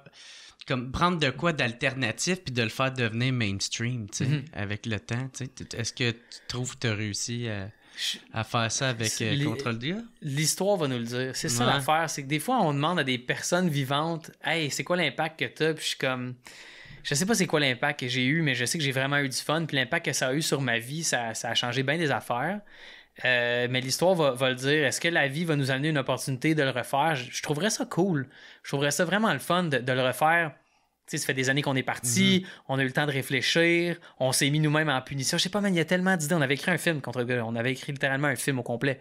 Le méchant, c'était Sébastien Benoît. Je t'en dis pas plus parce que peut-être qu'un jour, ça va sortir. Mais puis je dis salut à Seb, qui est un gars extraordinaire, à qui j'avais déjà parlé de ça, puis qui était comme calisse que c'est drôle. Fait que ouais, c'est ça, mais je sais pas c'est quoi l'impact qu'on va avoir eu, mais je pense que si ça a pu aider des personnes à se dire le web, ça serait bon pour moi, où il y a manière de faire du travail sur le web grâce à ce que ces deux épais-là ils ont fait, ben tant mieux, tu sais, mais je peux pas m'attribuer moi-même ça. Gros merci. Ça me fait plaisir, Alex mon Champagne, gars. Man, c'était ça cool, me fait vraiment mon gars. plaisir. Ben ouais, c'était nice. Je prendrai pas plus de ton temps. Il n'y a pas de stress, man. Fait que si le monde veut te suivre, je sais que tu as sorti un livre, je pense. Oui, c'est ça. Ben, Instagram, c'est Alexandre Barre-en-Bas Champagne. Facebook, c'est la même chose. Ensuite de ça, mon livre sort le 27 septembre. Ça s'appelle L'art de réussir toutes ces photos avec un téléphone cellulaire. C'est vraiment cool pour les gens qui veulent faire de la photo, qui veulent s'initier au médium qui est la photographie, mais qui veulent le faire avec leur téléphone, donc sauver des sous, pas être obligé d'acheter un appareil photo. Les téléphones sont tellement rendus performants que pour vrai, on a fait une comparaison d'ailleurs. Puis j'ai une chaîne YouTube qui s'appelle Une fraction de seconde où est-ce qu'on parle de tout ce qui a trait à la photographie, portraits, photos d'objets. On part en Californie du 6 au 15 octobre pour aller faire le guide ultime de la photo d'aventure avec un road movie qui s'appelle La ruée vers l'or, qui va parler de comment on fait pour faire des prints, puis on va vendre aussi des prints après ça. C'est vraiment un projet qui me tient à cœur, Une fraction de seconde. Je veux transmettre ma passion pour la photographie, autant aux jeunes qui ont envie de se trouver une passion, qu'aux personnes qui sont un peu perdues puis qui ont envie de découvrir un hobby, qu'aux professionnels qui ont des questionnements sur comment fonctionne le milieu, comment on fait pour monétiser la photographie, ce genre d'affaires-là. Il n'y a pas de tabou. On reçoit des photographes à notre podcast qui sont connus, pas connus, des newcomers, des vieux de la vieille, du monde entre les deux. Fait que c'est ça, Une fraction de seconde sur YouTube. Ça m'aiderait bien gros. Puis mon livre, sinon, il y a mes ateliers sur alexandrechampagne.co. Puis nice. Mais tout ça, c'est intermède. Fait que si vous arrivez en quelque part, il va y avoir les liens vers les autres affaires. Puis il n'y a pas de stress avec ça. Hey, that's it, mon gars. Gros succès puis pour ça. Puis t'en reviendras, man. Ben, tu me réinviteras, ça va vraiment me faire plaisir. On a le 9/10 des affaires à continuer de parler. Hey, merci tout le monde d'avoir écouté. On se revoit la semaine prochaine. Ciao tout le monde. Yes. It's the What's Up Podcast. What's Up Podcast. What's Up Podcast. Avec Jeremy Alain. Yeah. Boom, boom, boom, boom.